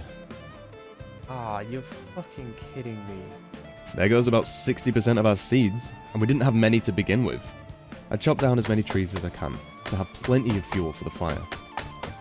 Oh Jesus, look how bad the wall is. I do a quick spot repair, but it's really not good. I plant another set of crops, running out of seeds and fresh water in the process. It hasn't snowed since we built the rain collector. And it's got no water left. I'm slowly becoming Worm Man. At least I'll never go hungry again. And I pass out. No, not again! Not again! Not again! No. The next day, I pretty much have to nap to get my energy back. And we're basically out of metal sheets. And the wall is fucked. I have to head out and get sheets.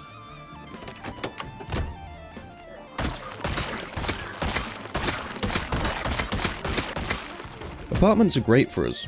Plenty of sheet, food, and in this case, ammo. A couple of zombies are hanging about the base when I get back. Later, I realise that the Horde is so out of sync that it's no longer drawing zombies during the night, but during the day. So I need to fix it. I fix the fence, then fill up the oven with all the random branches laying around. Turns out they burn the same as one plank, for an hour. Pretty good.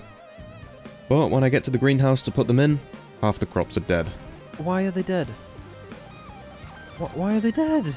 There's no reason for the crops to have died. The oven was roaring, temperature was good, they were watered. I tested it on another save and they didn't die. It just bugged out. There's just one row of corn left. If they die, I swear to God. And the cherry on top, I'm about to pass out again. Oh, I'm passing out. Fuck's sake. I stand on the edge, over the dozens of sprinters, ready to pass out and fall into them. But the panic of seeing so many gnawing and slashing sprinters wakes me up just enough to go to bed.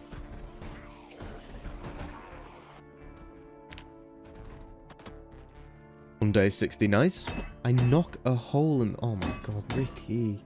I knock a hole in the floor. I knock a hole in... That's not how you say it. I break a hole in the floor to have a ladder to the garage. Honestly, this is just about all I do today. It also snowed, and I found out that one of my mods makes plumbed sinks not filter water, so I'm gonna have to boil it. Once again, I stand over the zombies to stop myself passing out. I spend day 70 finally repairing the wall and grinding mechanics. By nighttime, I feel comfortable enough in the base to chop down the saplings growing in the yard and finally reinforce the top corner.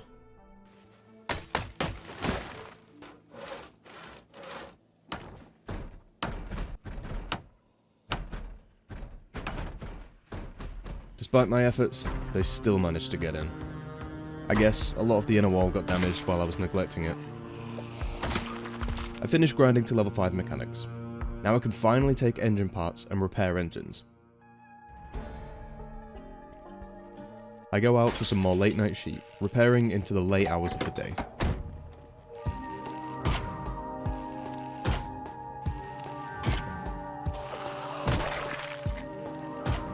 I'm beginning to struggle for food. I'm getting pretty underweight. I accidentally left the truck on last night. A couple zombies are hanging around due to the sound. I hitch the fuel trailer and head out. It's a bit of an everything trip. Boy, mate, you got any fuel? Engine parts, fuel, sheets. I experience a severe brain fart and almost destroy the van engine. Huh? Wait, what? A horde has gathered to the north. Confidence surges as I rush them. I can absolutely kill this. I just haven't really optimized this character for combat. Really? That should have sounded alarm bells that I was getting in over my head. But eventually, I dispatched them all.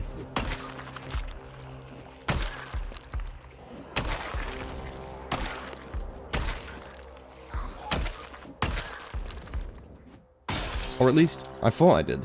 As I'm getting sheets, another group has found me. Lightweight, baby! Okie dokie, what's this about? I waste even more time killing them out of pride. But it does help me move sheets easier.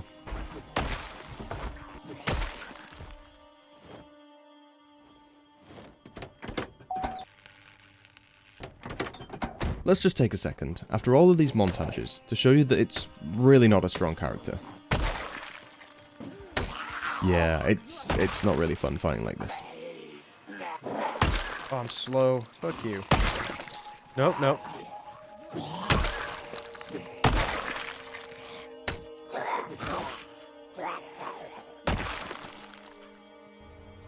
There are zombies at the base when I get back. Feels like it's becoming a recurring thing. I get a bit of fence work done before bed.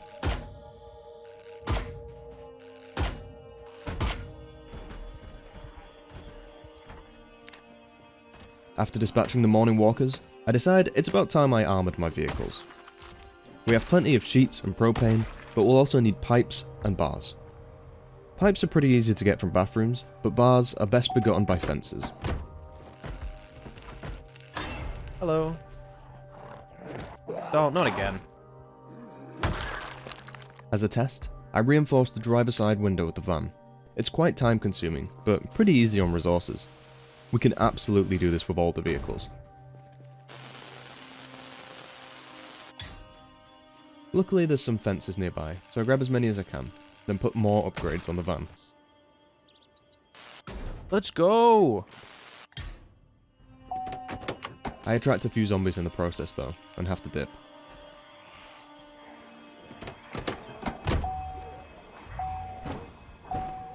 I take an alternate route back, stopping for propane as I go. However, as a result of being somewhere new, I take a wrong turn. And it's just enough of a time loss to tick over into sprinters. Oh, shit.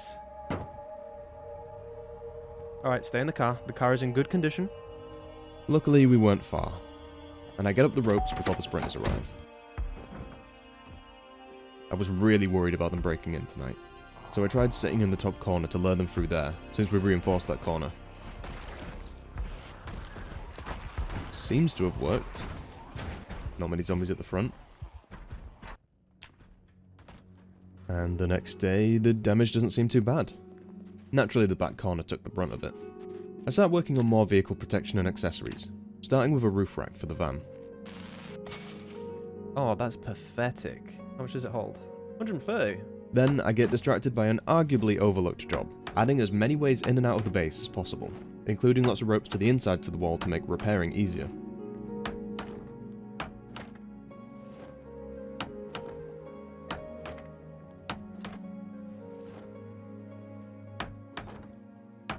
The Horde starts at 10 past 5.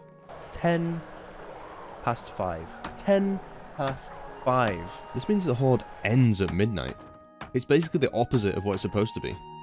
You can kind of see how we're okay to not focus on repairing the wall every day now.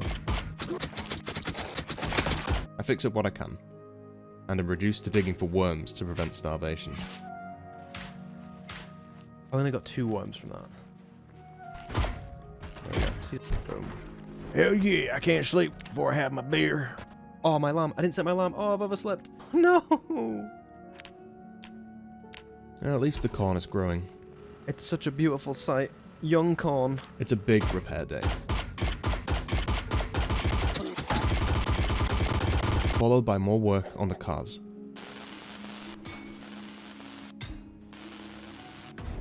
I stop early for fear of sprinters, as there are a couple hanging about the base.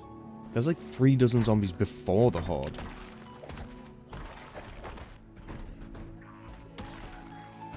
I spend the night catching up on reading.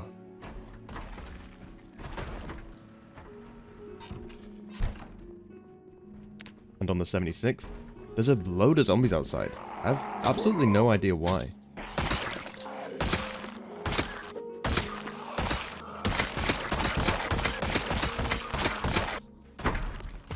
After dispatching them, I patch the wall, destroy the ditches, and chop more trees for the greenhouse oven. It's -6 Celsius in the house. I'm wearing everything I can, even replacing my warm boots, and it's still not enough. The wall looks really bad. You should die. You should die. You should die. Let's go! Panic stops me passing out again. I wake up in the middle of the night. It's -9 Celsius in the house. I wash myself and my clothes while waiting for the sun to rise. There are so many zombies outside.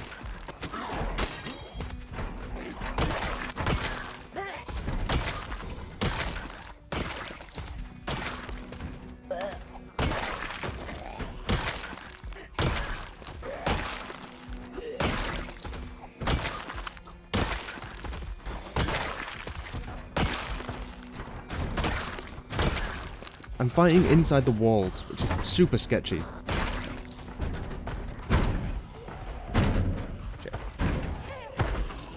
And I take a bullshit hit to the left hand. What the? What the?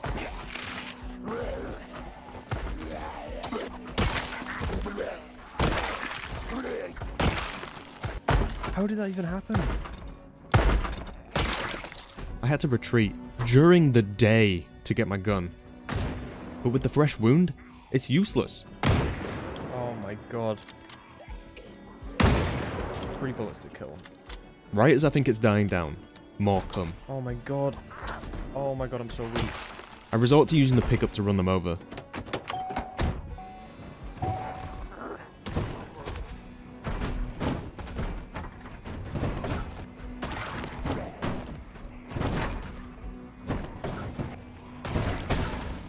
What?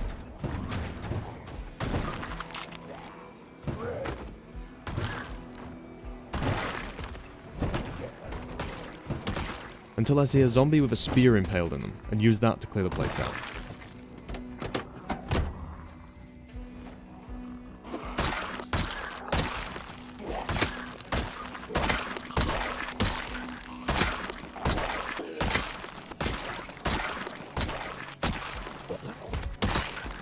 Eventually, it's clear enough to fix the wall.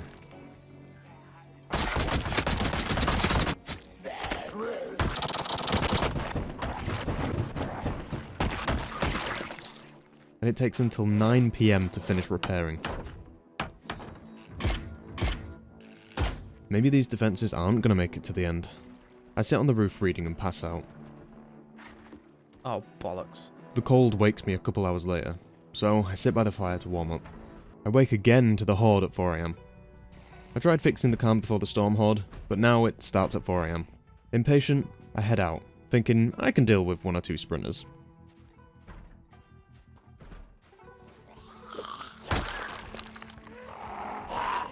Fuck. Oh, fuck me. I thought that was it. Oh, the cold was slowing me down. Oh, fuck me. Oh, fucking hell. That was insanely lucky. I didn't realize the cold was preventing me from sprinting and slowing down my attacks. I got locked in an insta-kill animation which has killed me many times. Alright, I'm running out of options and time. I'm genuinely worried that we're going to cross a threshold soon where we have to spend all of our time getting sheets and repairing the wall. Before then, I want to go on one last trip, a big one, out of Durkadam entirely. But I'm not confident, so I want to do a less ambitious trip first. I loaded the van up with all the tools I need for gathering resources, and headed out for Riverside. Whoa, whoa, whoa, whoa, whoa. It's not very far as the crow flies, but there's no bridges this side of Durkadam. We have to head to the docks and beyond to cross over. I have no idea how long it'll take. There's not even a guarantee of loot, but I'm just that desperate. I'm not familiar with East Durkadam at all. I'm sure there's a road that bypasses the docks, but I end up wasting a few hours trying to find it, and end up going through the docks anyway. And after some sketchy roads, we reach the bridge. This road's overgrown as hell. Here we go. Oh, God. Made it.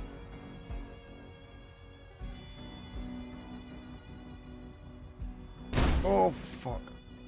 No. No, no, no, no.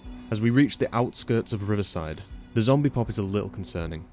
It's nothing I can't handle, but we don't have the time to methodically clear them out to loot. I want to work my way through all the important parts of Riverside, the Gigamart, tool store, petrol station, etc. I pull up to the Gigamart and rush inside. Let's go. Nothing. Only a couple pieces of food. This is a really bad sign. I pull the van round back and manage to get some fuel and engine parts before moving on to the tool store, which again has nothing. Anything? Nothing. Then it's up the main street and to the police station. Nothing in the armory, nor in the police cars outside. And opposite, at the petrol station, completely empty. Fucking no loot left anywhere. With only a handful of hours left, I risk the fishing store, which naturally has barely anything, and the bar. The bar at least has items on the tables, since item stories aren't affected by loot settings. With 2 hours to go, I set off. But there's a food market, so it's empty. Why do I even bother? Ah, the VHS store! I can't pass this up. Come on, give me something. Slow descent. We get 2 skill tapes, which is actually insanely lucky, and get the hell out of Dodge. That was lucky.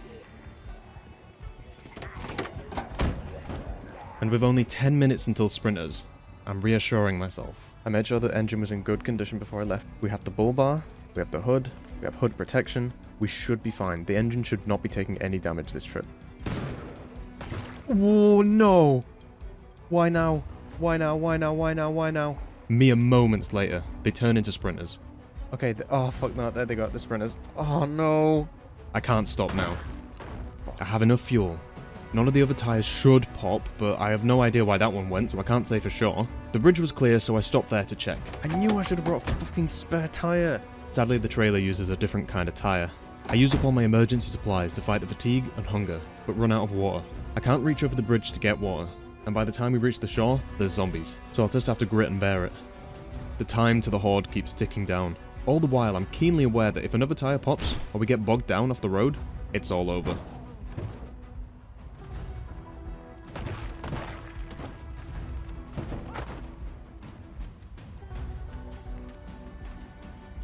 Oh fucking hell! Look at them all! 1 hour until the Horde. No, this is not good. The tire's gonna pop. 40 minutes. I risk driving down the main road with my pedal to the floor. I know I've already cleared it of vehicles. Come on, come on, come on, come on. 20 minutes. I stop braking for turns. Don't stop for anything. 10 minutes. Come on! The Horde begins just as I jump out the car Go, go, go, go, go! and clamber up the rope. Oh my god, we made it. Oh my god. And there the Horde is. Jesus. I didn't even turn the engine off. I don't care. Oh my fucking god. Oh, I don't even want to look at them tonight.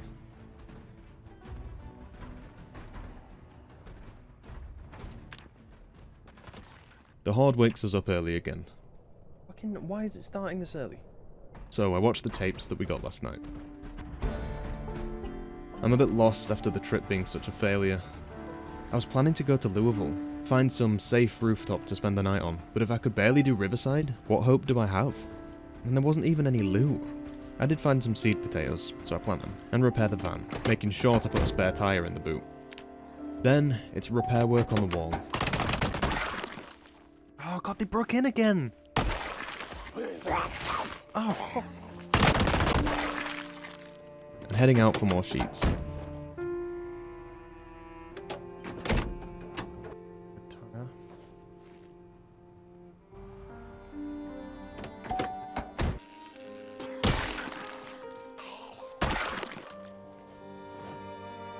I have to take a nap in the car because I woke up so early. I don't have any coffee left.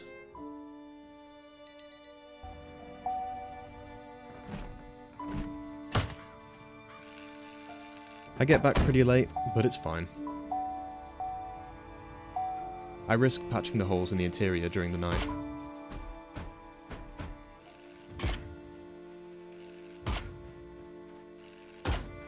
Good enough for now. Oh dear, what a mess this challenge is becoming. Just don't know where to take it from here.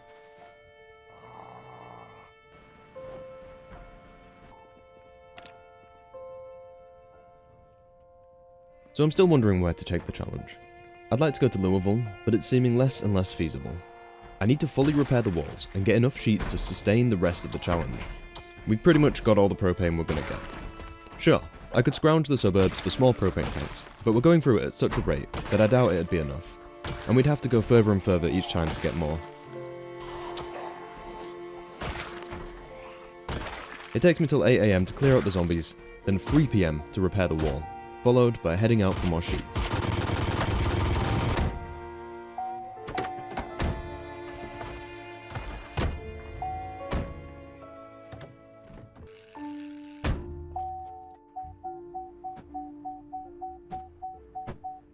I return at 9 PM. I only saw a single zombie on the way back, and it wasn't sprinting, so I guess it's 9 PM sprinters now. We're doing pretty well. I'm gaining weight, and the greenhouse stove has plenty of fuel, and the plants are all looking good. I even washed myself for like the second time in 80 days. The storm horde now starts at 12:30, lasting until 6:30 AM. It was complete trial and error trying to get it to this point, and my clothes are looking pretty rough from all the times I've tripped over. I'll have to sort that at some point. Since I've fully repaired the wall last night, I trust it to survive tonight. I'm going out for a full resource run today. I want enough sheets to see us to the end. For real.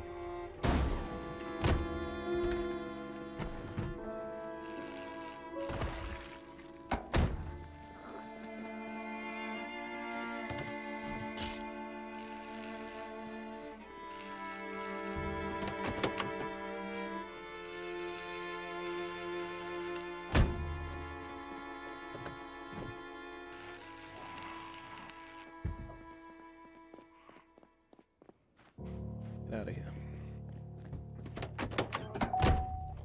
As the day draws to a close, the van is full to the brim. It can barely drive, look at it.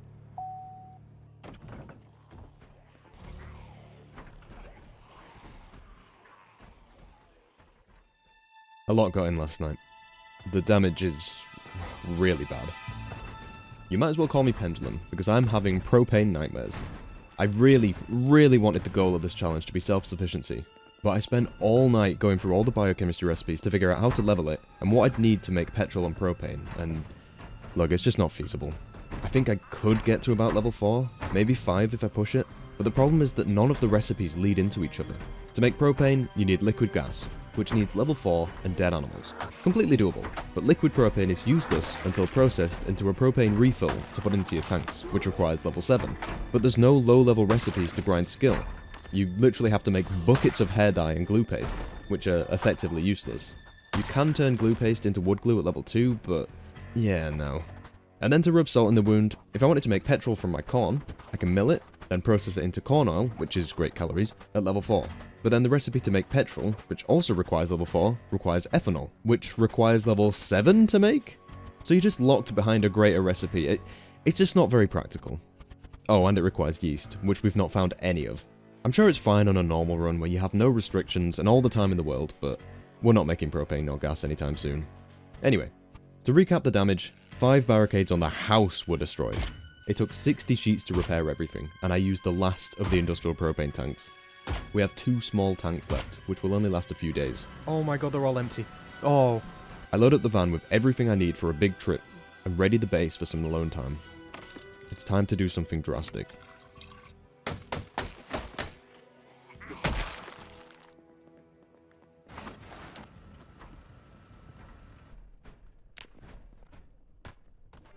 It's time to go to Louisville.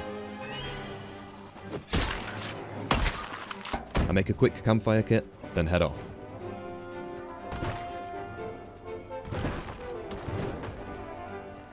First, we head through the docks. Then, it's completely new territory. Now this is me we're talking about, so a few minutes later, I crash and get a deep wound in my right hand, crippling us. Right hand, right fucking hand. We won't be able to fight effectively for the next few days. I come across a propane truck. Naturally though, it's empty. It was a long shot.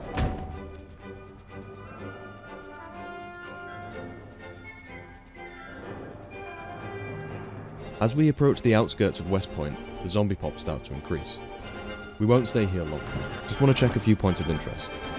Naturally the petrol station is empty, but the general store across the road has loot! Heading back to the van, they're swarming it. My combat capabilities are shot with my hand wound, but that's why I brought the spear, for its insta-kill capability.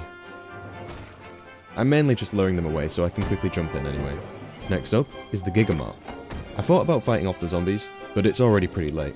There's loads of food in here, too much to bother taking, but no important items like coffee. Same story for the back. Next is the gun store.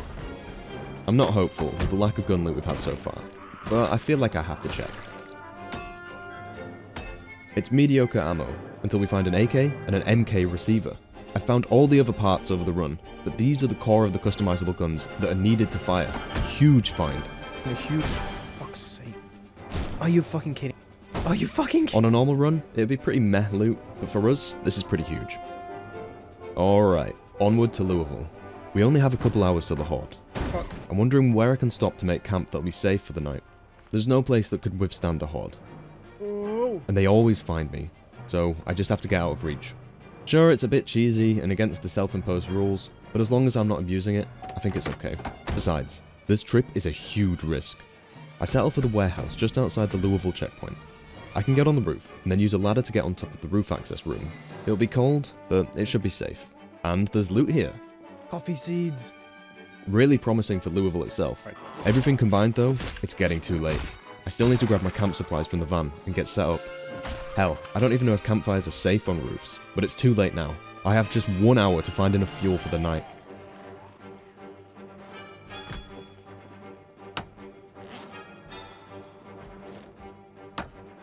But with only a few minutes to go, I bail. I got a plank and 2 scrap wood, plus a table and a crate to disassemble, which, despite having 10 carpentry, give us nothing. Oh, you are kidding. 6 hours should be enough. Well, it has to be, since they're sprinting now. Nope, not risking that. There's a zombie right there. Yep. What I can do is patch the 2 holes in my clothes with the spare rags I ripped to start the fire, and wait until I'm about to sleep to start the fire. Oh boy, here it is. I don't even know if I can sleep here, with the zombies directly below me. Oh boy.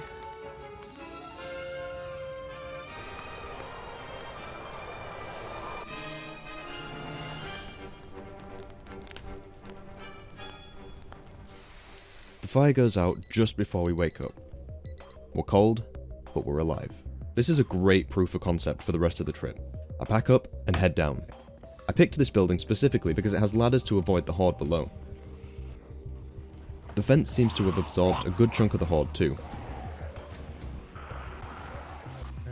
Boop. Anyway, on to the checkpoint. I can't spend too long here. The Horde is behind me.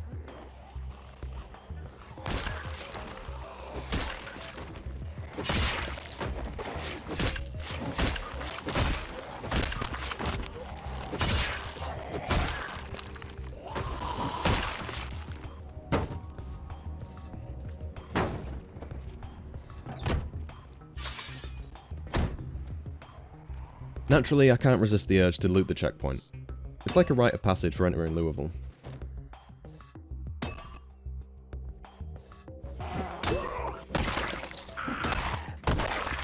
And with the weather getting marginally warmer, or rather my clothes getting significantly worse, I switch into army gear.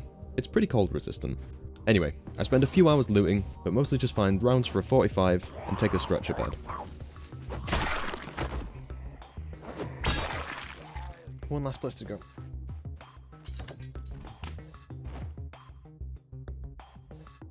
I have a nap in the armory, but it's not long enough, and we wake up just as tired. Oh, that did fucking nothing. Alright, on to Louisville. The first area to check is an office industrial estate opposite the hospital. It has a lot of specific loot, like a newspaper factory, furniture stores, etc. So a lot of the stores only have their products and what's used to make them. But there are a few good places to find loot. We, however, find nothing, and end up wasting a few hours there. Fuck's sake. Tired, and with little time left in the day, we head to the industrial district, checking the classic Louisville base on the way.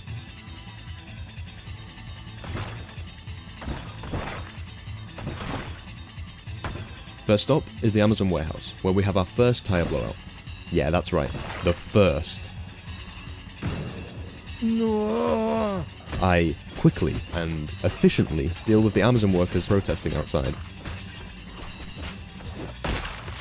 Honestly, I don't find much here aside from some leather pants. I grab the spare tire, whack it on, then head out. Fuel is a minor concern, but it should be fine. The main concern is time. We have an hour and a half until sprinters, and I still need to set up on the liquid petroleum gas building. I get my ladder to the roof, almost breaking my shins when I slip off, and drop off the supplies. I still need wood for the fire. But there's no wood here. Figures, being, you know, in an LPG plant. Since we have no firewood, I figured it's probably best to jump down to the lowest point, where the walls can shelter us and maybe keep us warm enough for the night. Oh, oof. Ow. Ouch. Ouch, that's a pain. Yeah, I think I'd shoot myself if that's how we died. We have 5 minutes of fuel. 35 after adding my bandages. Oh, God. It might be enough if I wake up in the middle of the night and exercise for warmth. Let me sleep. Not safe to sleep here. Although the bed is too close to the wall, and I can't sleep while hearing all the zombies on the other side. So I exercise for warmth, and then head back to bed. When I wake, I light the fire and exercise to warm up as quick as I can. Yeah, just don't question the fact that we have a naked flame in the LPG building. Today, we get shit done. We pack up camp and head down. Just, alright. Jump for it.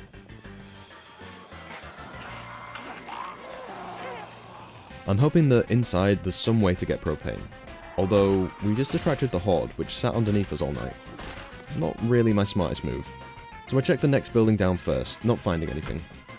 It's more of an office building. We're gonna have to go back and fight.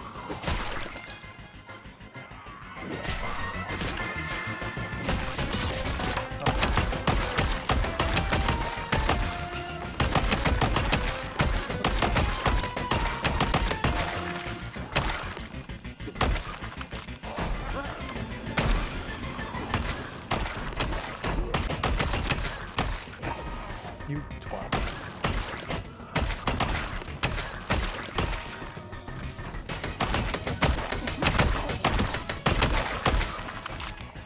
With the area mostly clear, I can check out the ground floor of the factory. There's a large, immobile propane tank, but I can't access it without electricity. If I were a smart man, I would have brought the generator. Oh well. Are you kidding? There's always generators in the checkpoint and the refugee camps outside. So it looks like that's the plan. I think we'll have to stay in Louisville another night. We grab the generator and head back. Stopping for firewood on the way. If you're OSHA, please look away. I think I'm practically inviting disaster by having the generator next to the propane tanks and firewood like this. Not to mention the carbon monoxide poisoning, which nearly kills us. But I'm made of tougher stuff. These aren't the first chemicals I've huffed. Why do you think we keep running out of propane? A couple zombies also like the smell. But it's all mine, you hear? All mine! The fumes almost kill me. Oh my god, Jesus. Anyway, with the propane, we're good to go. But obviously it's way too late, so it's camp time. This time, we have enough fuel to stay warm all night.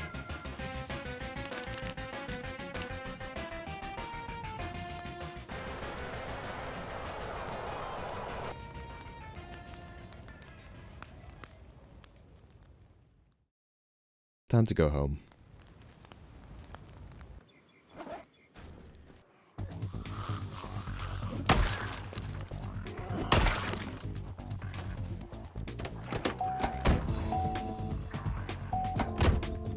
Best check the condition of the van. One wheel is at 7%. We'd best replace that one and get another spare, just in case.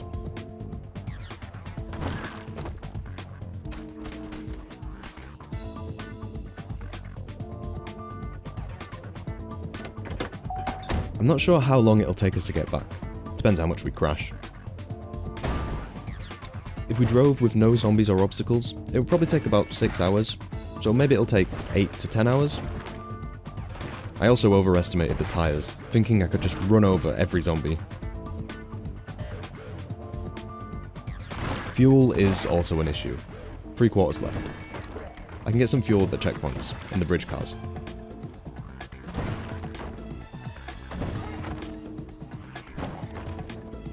Except not a single one has fuel. Uh-oh.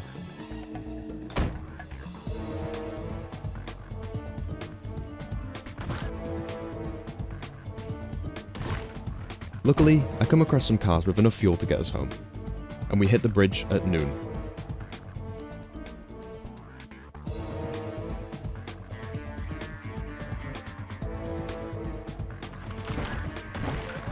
Yeah, all those zombies I've been hitting?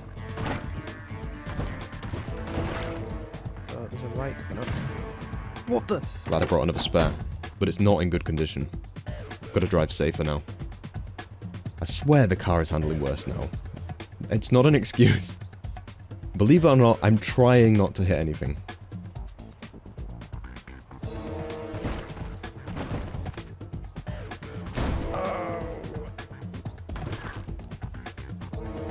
Let's go.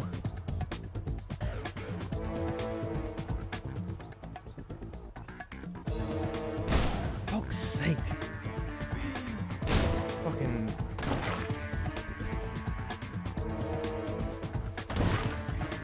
Let's go.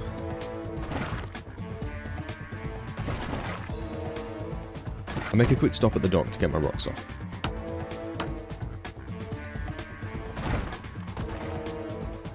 Whoa, look at that turn. That was crazy. And naturally we blow another tyre.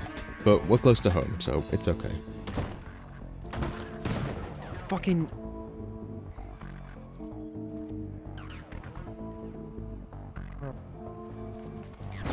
Heading up the rope, it ended up taking us 13.5 hours to get home. Yikes. But the plants are alive, we have propane, enough fuel for the generator, water to wash, and food to gain weight. Really, we've beaten this challenge. For now. Eventually there will be 800 zombies, which will be impossible to fend off, but yeah. I celebrate by shooting a few zombies. The next day, there's not really that much damage.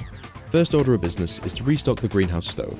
I was really hoping the temperature would be changing by now, but I guess it's a cold spring. After that, there's not much to do. I go out and shoot some zombies, but it must have been quiet while we were gone.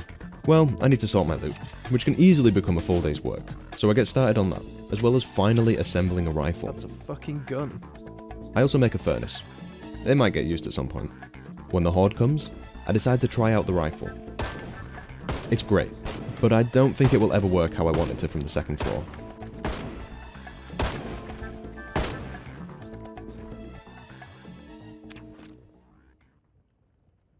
It's a pretty quiet day on the 88th. A fair amount of damage, but I think I limited a lot of it by shooting. I finished the repairs by 10. Plant some tea and coffee.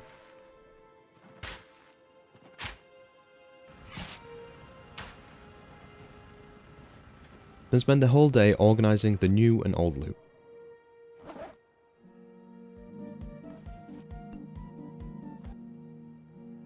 I'm also looking at biochemistry again. It's totally unachievable, but I decided to grind it out and use the hair dye I make to dye my hair for the memes. Oh, good lord.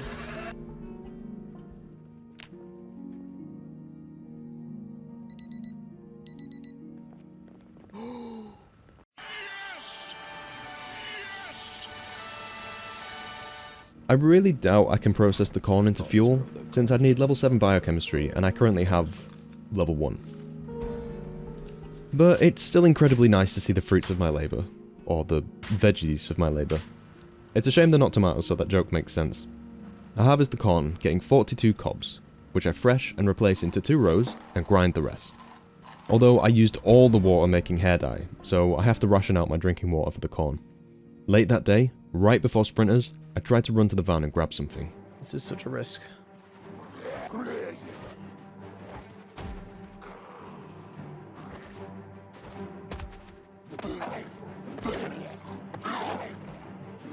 Hope I just didn't hurt myself.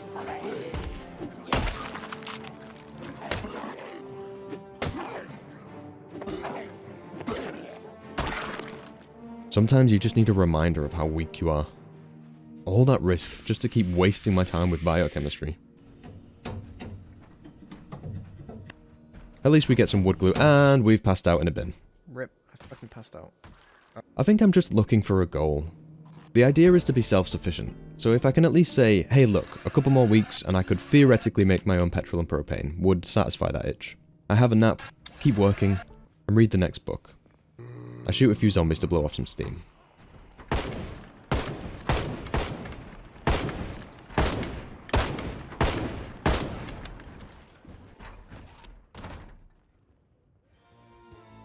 A couple of the corn plants are sickly and diseased because of the lack of water, which we still don't have any because I keep using it to make hair dye. Honestly, reaching level 4 biochemistry in a couple days is actually quite an achievement, but we end up with like 30 bottles of hair dye. I spend most of the day repairing the walls before repairing the pickup engine and heading out for more parts.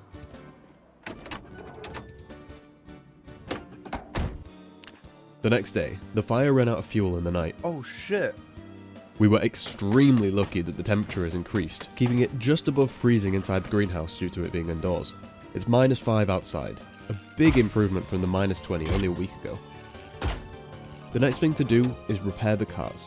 I go as far as to replace the dying brakes, which has a negligible effect, but it makes me feel good. We get interrupted by a small horde. Normally not a problem, but with advanced trajectory realistic overhaul, not looking after your character really affects your aim, making me painfully ineffective.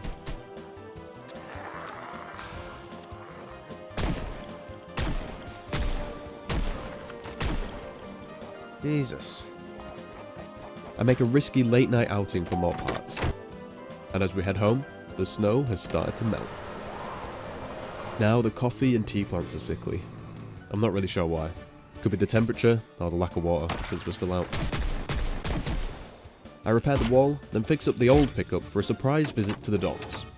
Yeah, it's going to be beeping the whole way because of the missing door. We've come for this bus, the classic Nomad vehicle.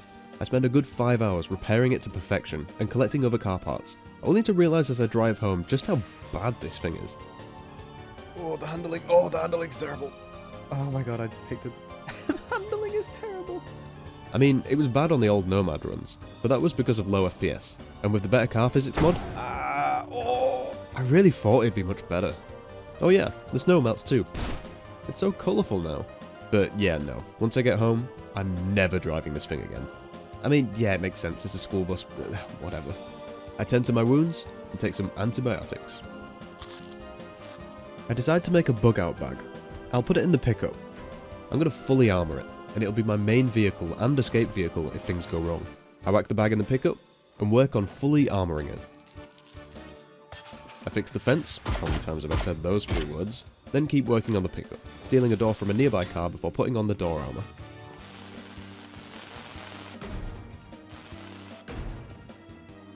Alright, all done. Oh my god, that's everything we can have. Just need to repair the engine, which is being protected by the bull bar and the hood armour anyway. That night, I finally get around to replacing all the blown bulbs around the base.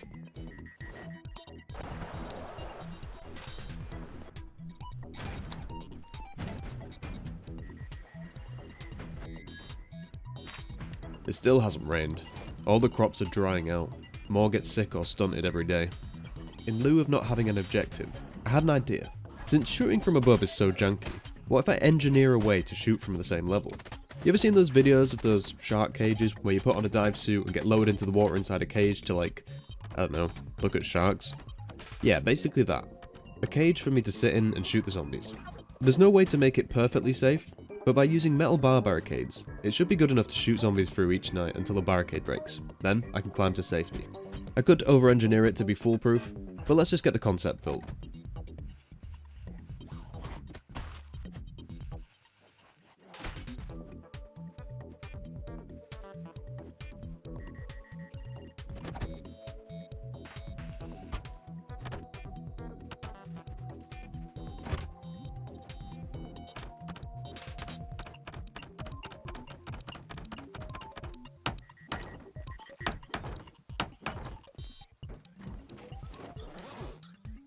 We get the last of it built as the storm begins, and, eager to try it out, I grab my rifle.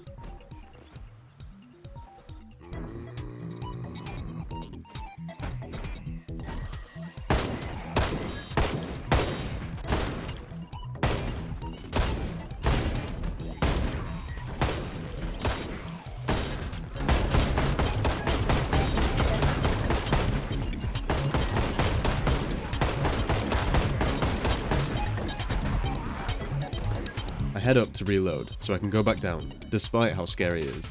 But, when I head back down...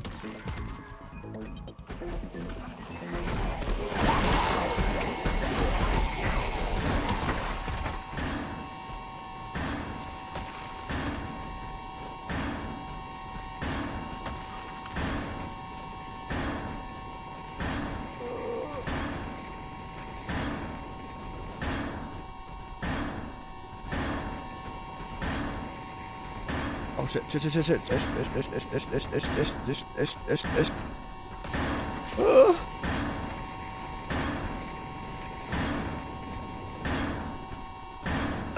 Oh, Jesus Christ. Oh, cool, first aid. I think I'm gonna go inside.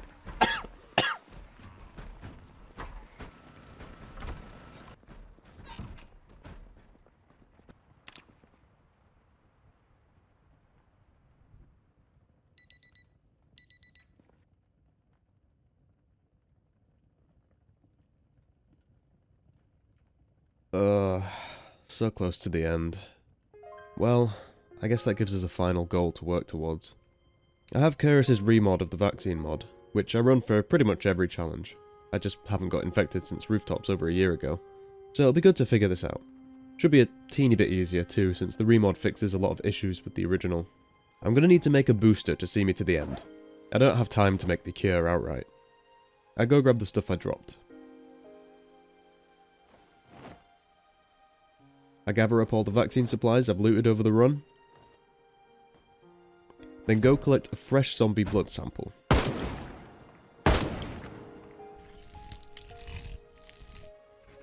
I also take a sample of my own blood, not that we need to confirm it, but yeah, I'm infected. Alright, first we need flasks and test tubes, which we can make after we create the molds, using propane and dirt or sand. To do that, we need a muffle furnace. So I gather all the materials to make it, using a battery from the bus.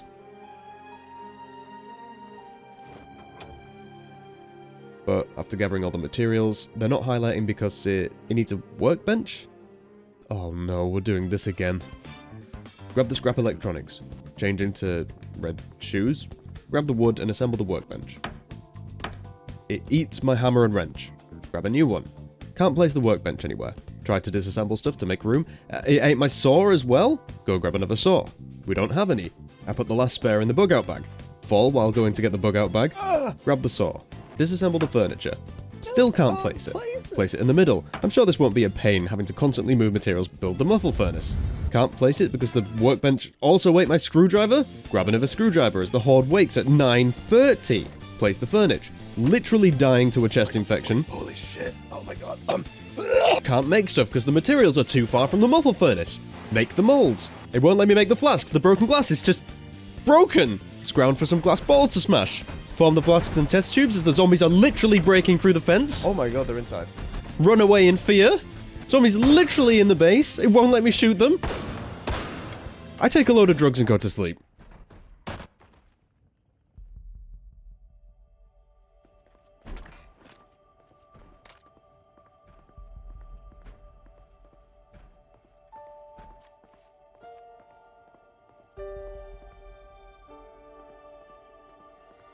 Alright. There's 2 holes in the house, which came from 2 holes in the fence. I start repairing, but soon fall ill. The Nox infection mixed with corpse sickness can kill you very quick. I go inside and get a gas mask. At some point, I made an error in my counting, so I thought this was day 96. Either way, the base is fully repaired by 6:30, but we used basically all of our sheets in the process. The damage was much worse than I expected. 8 house barricades destroyed. I think we have about 30 sheets left, enough for 1, maybe 2 nights if we're lucky. I spend the rest of the day collecting blood samples with the test tubes we gathered, and store them in the fridge. So all that's left to do is to get ammonia, goggles, an apron, and gloves, as well as level medical and build a few more workstations.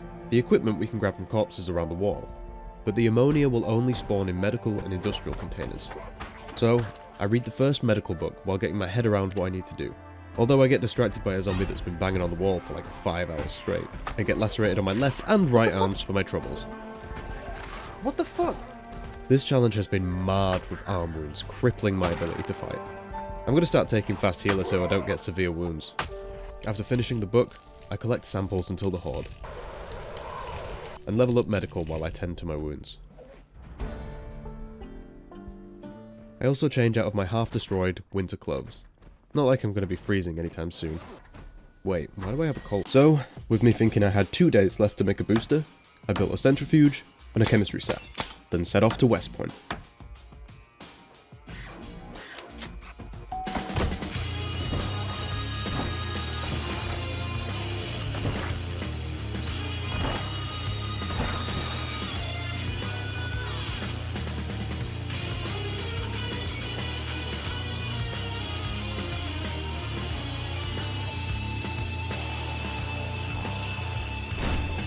We are going to run out of fuel though, so I'm going to have to check for fuel at every chance I get. All we need to make a booster is ammonia. There's loads of places it can spawn. The school has plenty of cleaners cabinets and a doctor's office. There's a factory and self-storage, as well as a pretty large pharmacy.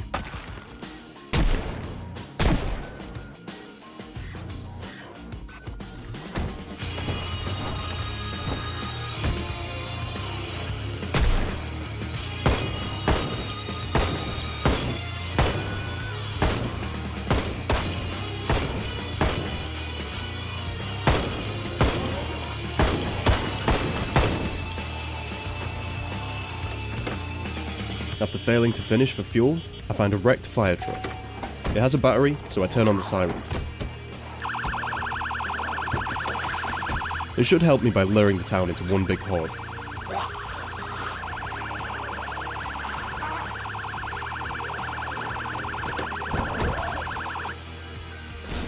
First stop is the school. No look in the cleaner's cabinet. And nothing in the medical office. I do find an energy drink though. I'm stopping at every car for fuel. So slow, I can't do that.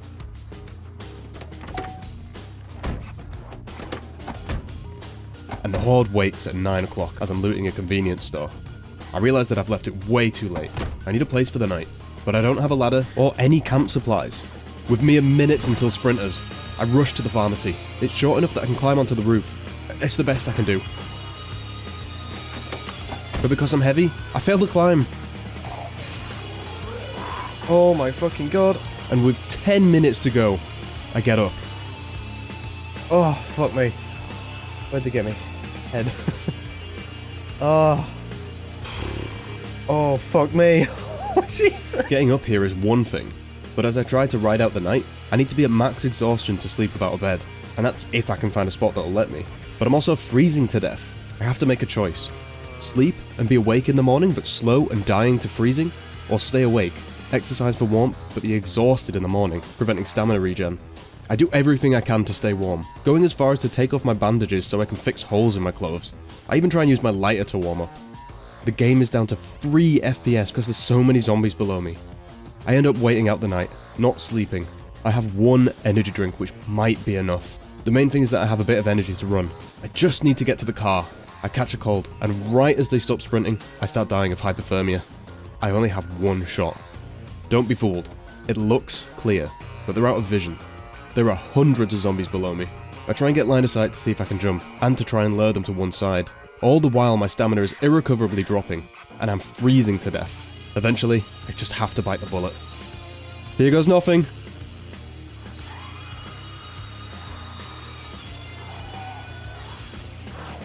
Fuck! I couldn't get in the car in time. I didn't turn the engine off in the rush last night, so no matter what I do, zombies will always be drawn back to it. I've got more pressing issues. I'm not warming up fast enough, so I jump inside the spiffos, scratching my hand in the process. But it was just enough to stop us dying from hypothermia. Zombies, please, I just need to... There we go. As I head out, you can see the Horde coming out. Oh, fuck. I do my best to lure them away from the pharmacy, which might have the only ammonia in the city, but it's no use. Even after the energy drink, I'm risking getting exhausted. After a few hours, I give up. All I can do is hope that all the zombies in town were drawn to the Horde in the gunfight, and look elsewhere for the ammonia, or coffee, or a place to sleep. Shit, this better not be a dead end. No, no, no, no.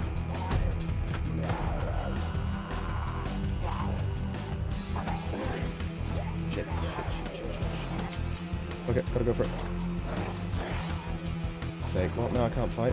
And thankfully, a few hours later, we find coffee. Alright, let's go. Don't be barricaded. Oh, fuck me. Jesus Christ, that was lucky. I head back to the pharmacy, and with a confident charge, I retrieve the car.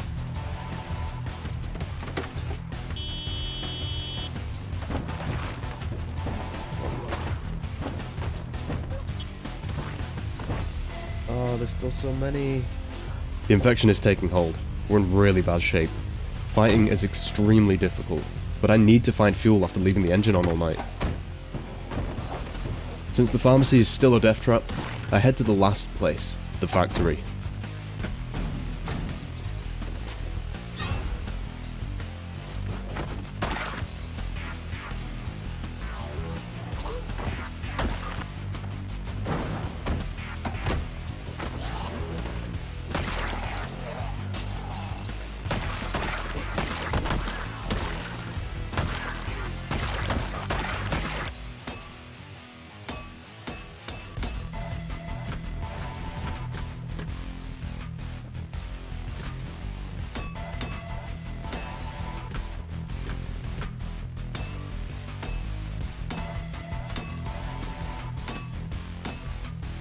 After searching all day, it's getting too late again. I fail to climb up, but after resting, I manage it. Right as the sprinters arrive. Right as they turn into sprinters again. Luckily I found a mattress and some extra clothes, so tonight should be fine. Alright, this is what I thought was a day 100, so it's do or die. Look at all the zombies on the fence. The pharmacy is our last hope, despite it being completely overwhelmed. When I jump down, I spot a zombie with a katana. That's a katana. You know what? Fuck these zombies.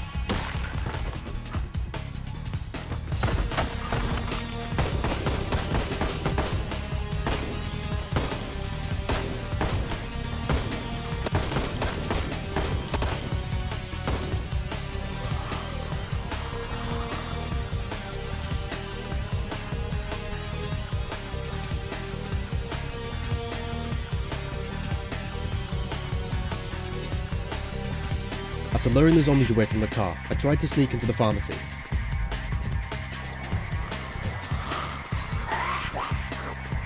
Still way too many. I lure them away to try again.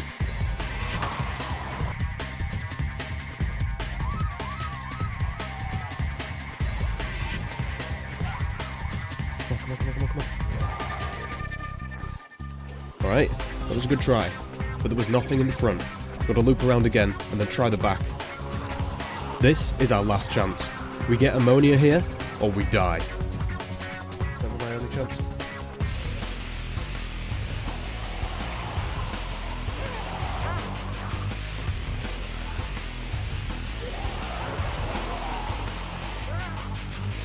Oh fuck! I thought this was another room.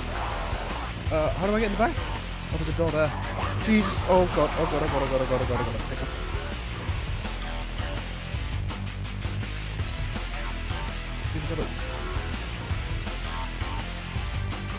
Oh god. Oh, it's there! Grab it! Okay, how do I get out?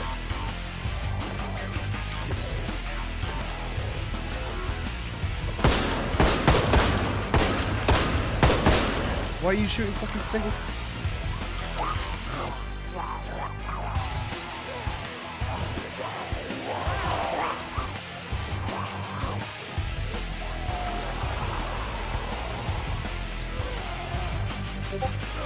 Oh my god! Yes!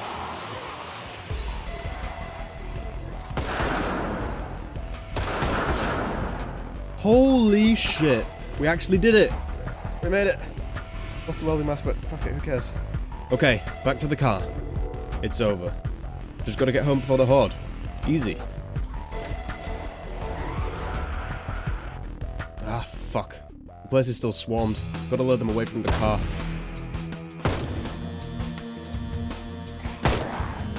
I jump into a diner, thinking I can easily get out. But I can't jump over the tables, and one way out is barricaded, and the other has zombies swarming in.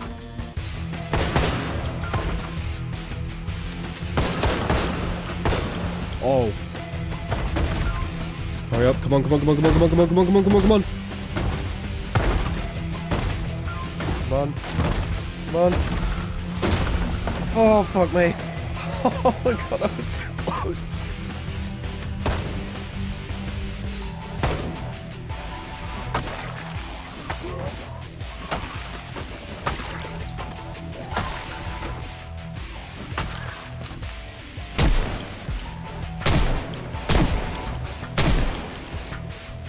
There's a gap. Go for it.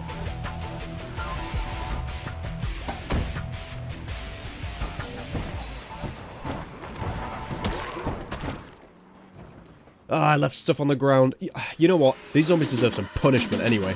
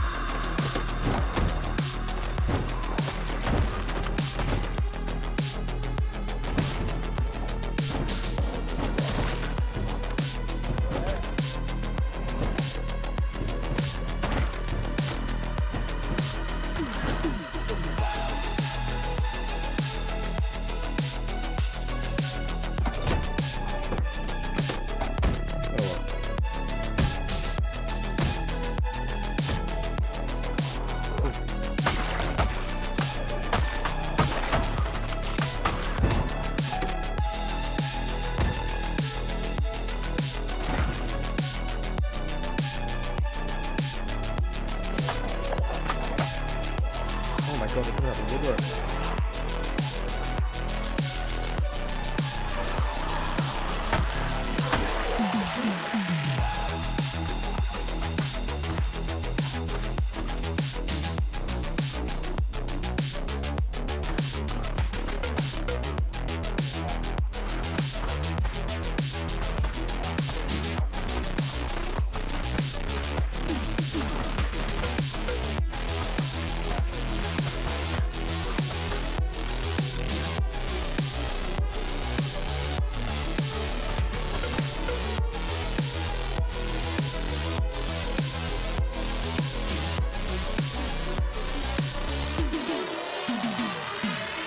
When I'm done and fueled up, it's 7:30. I don't know if I can make it home in time.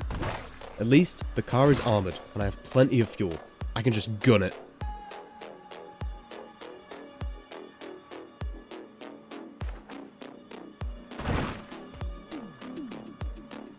But as I get closer to home, it's not quite close enough.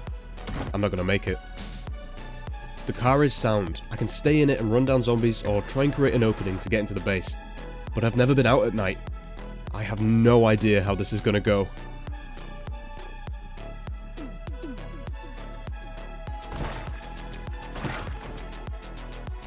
The home stretch, there's no...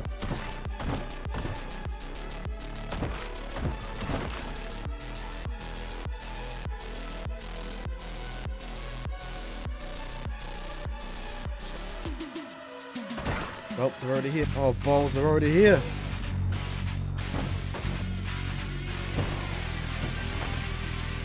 can get up the ladder in this one. Maybe there. It is still there. I've got 3 ways up, all of which can be pulled down. My best bet is to lure them away, then rush for one of the ropes. But if I fail, it's over. I have to commit before even more zombies arrive.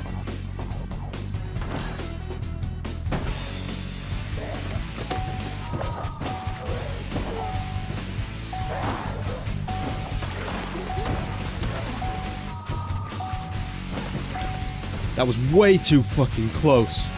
There was so many waiting. I have to try and clear the front and pray they didn't pull the ropes down.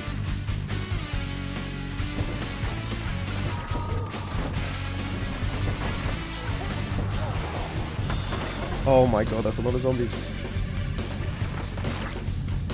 Everything I can think of is oh my god.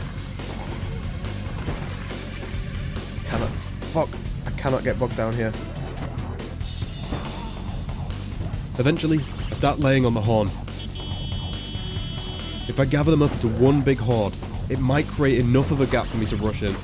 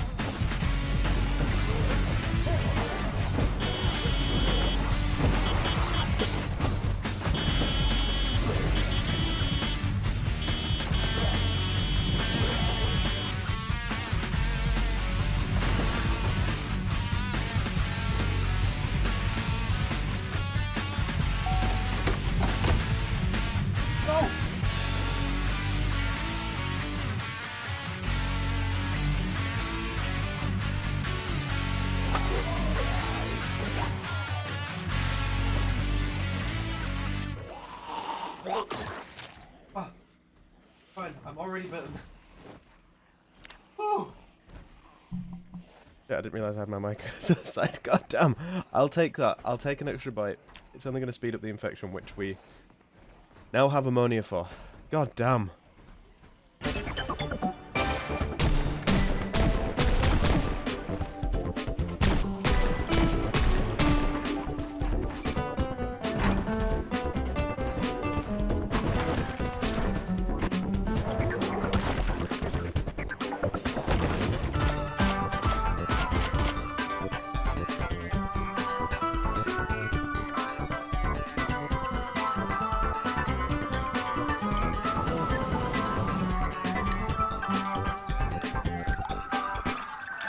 Hey, thanks for watching. This one was really difficult. Between streaming the first 50 days and how much of a pain that is to edit, plus a holiday and getting pneumonia, this just seemed to be a never-ending project. Plus, Vegas was just bricking it the entire second half. I definitely got a bit lazy at parts, sorry about that. As always, special thanks to all the patrons and channel members. Alright, catch you next time.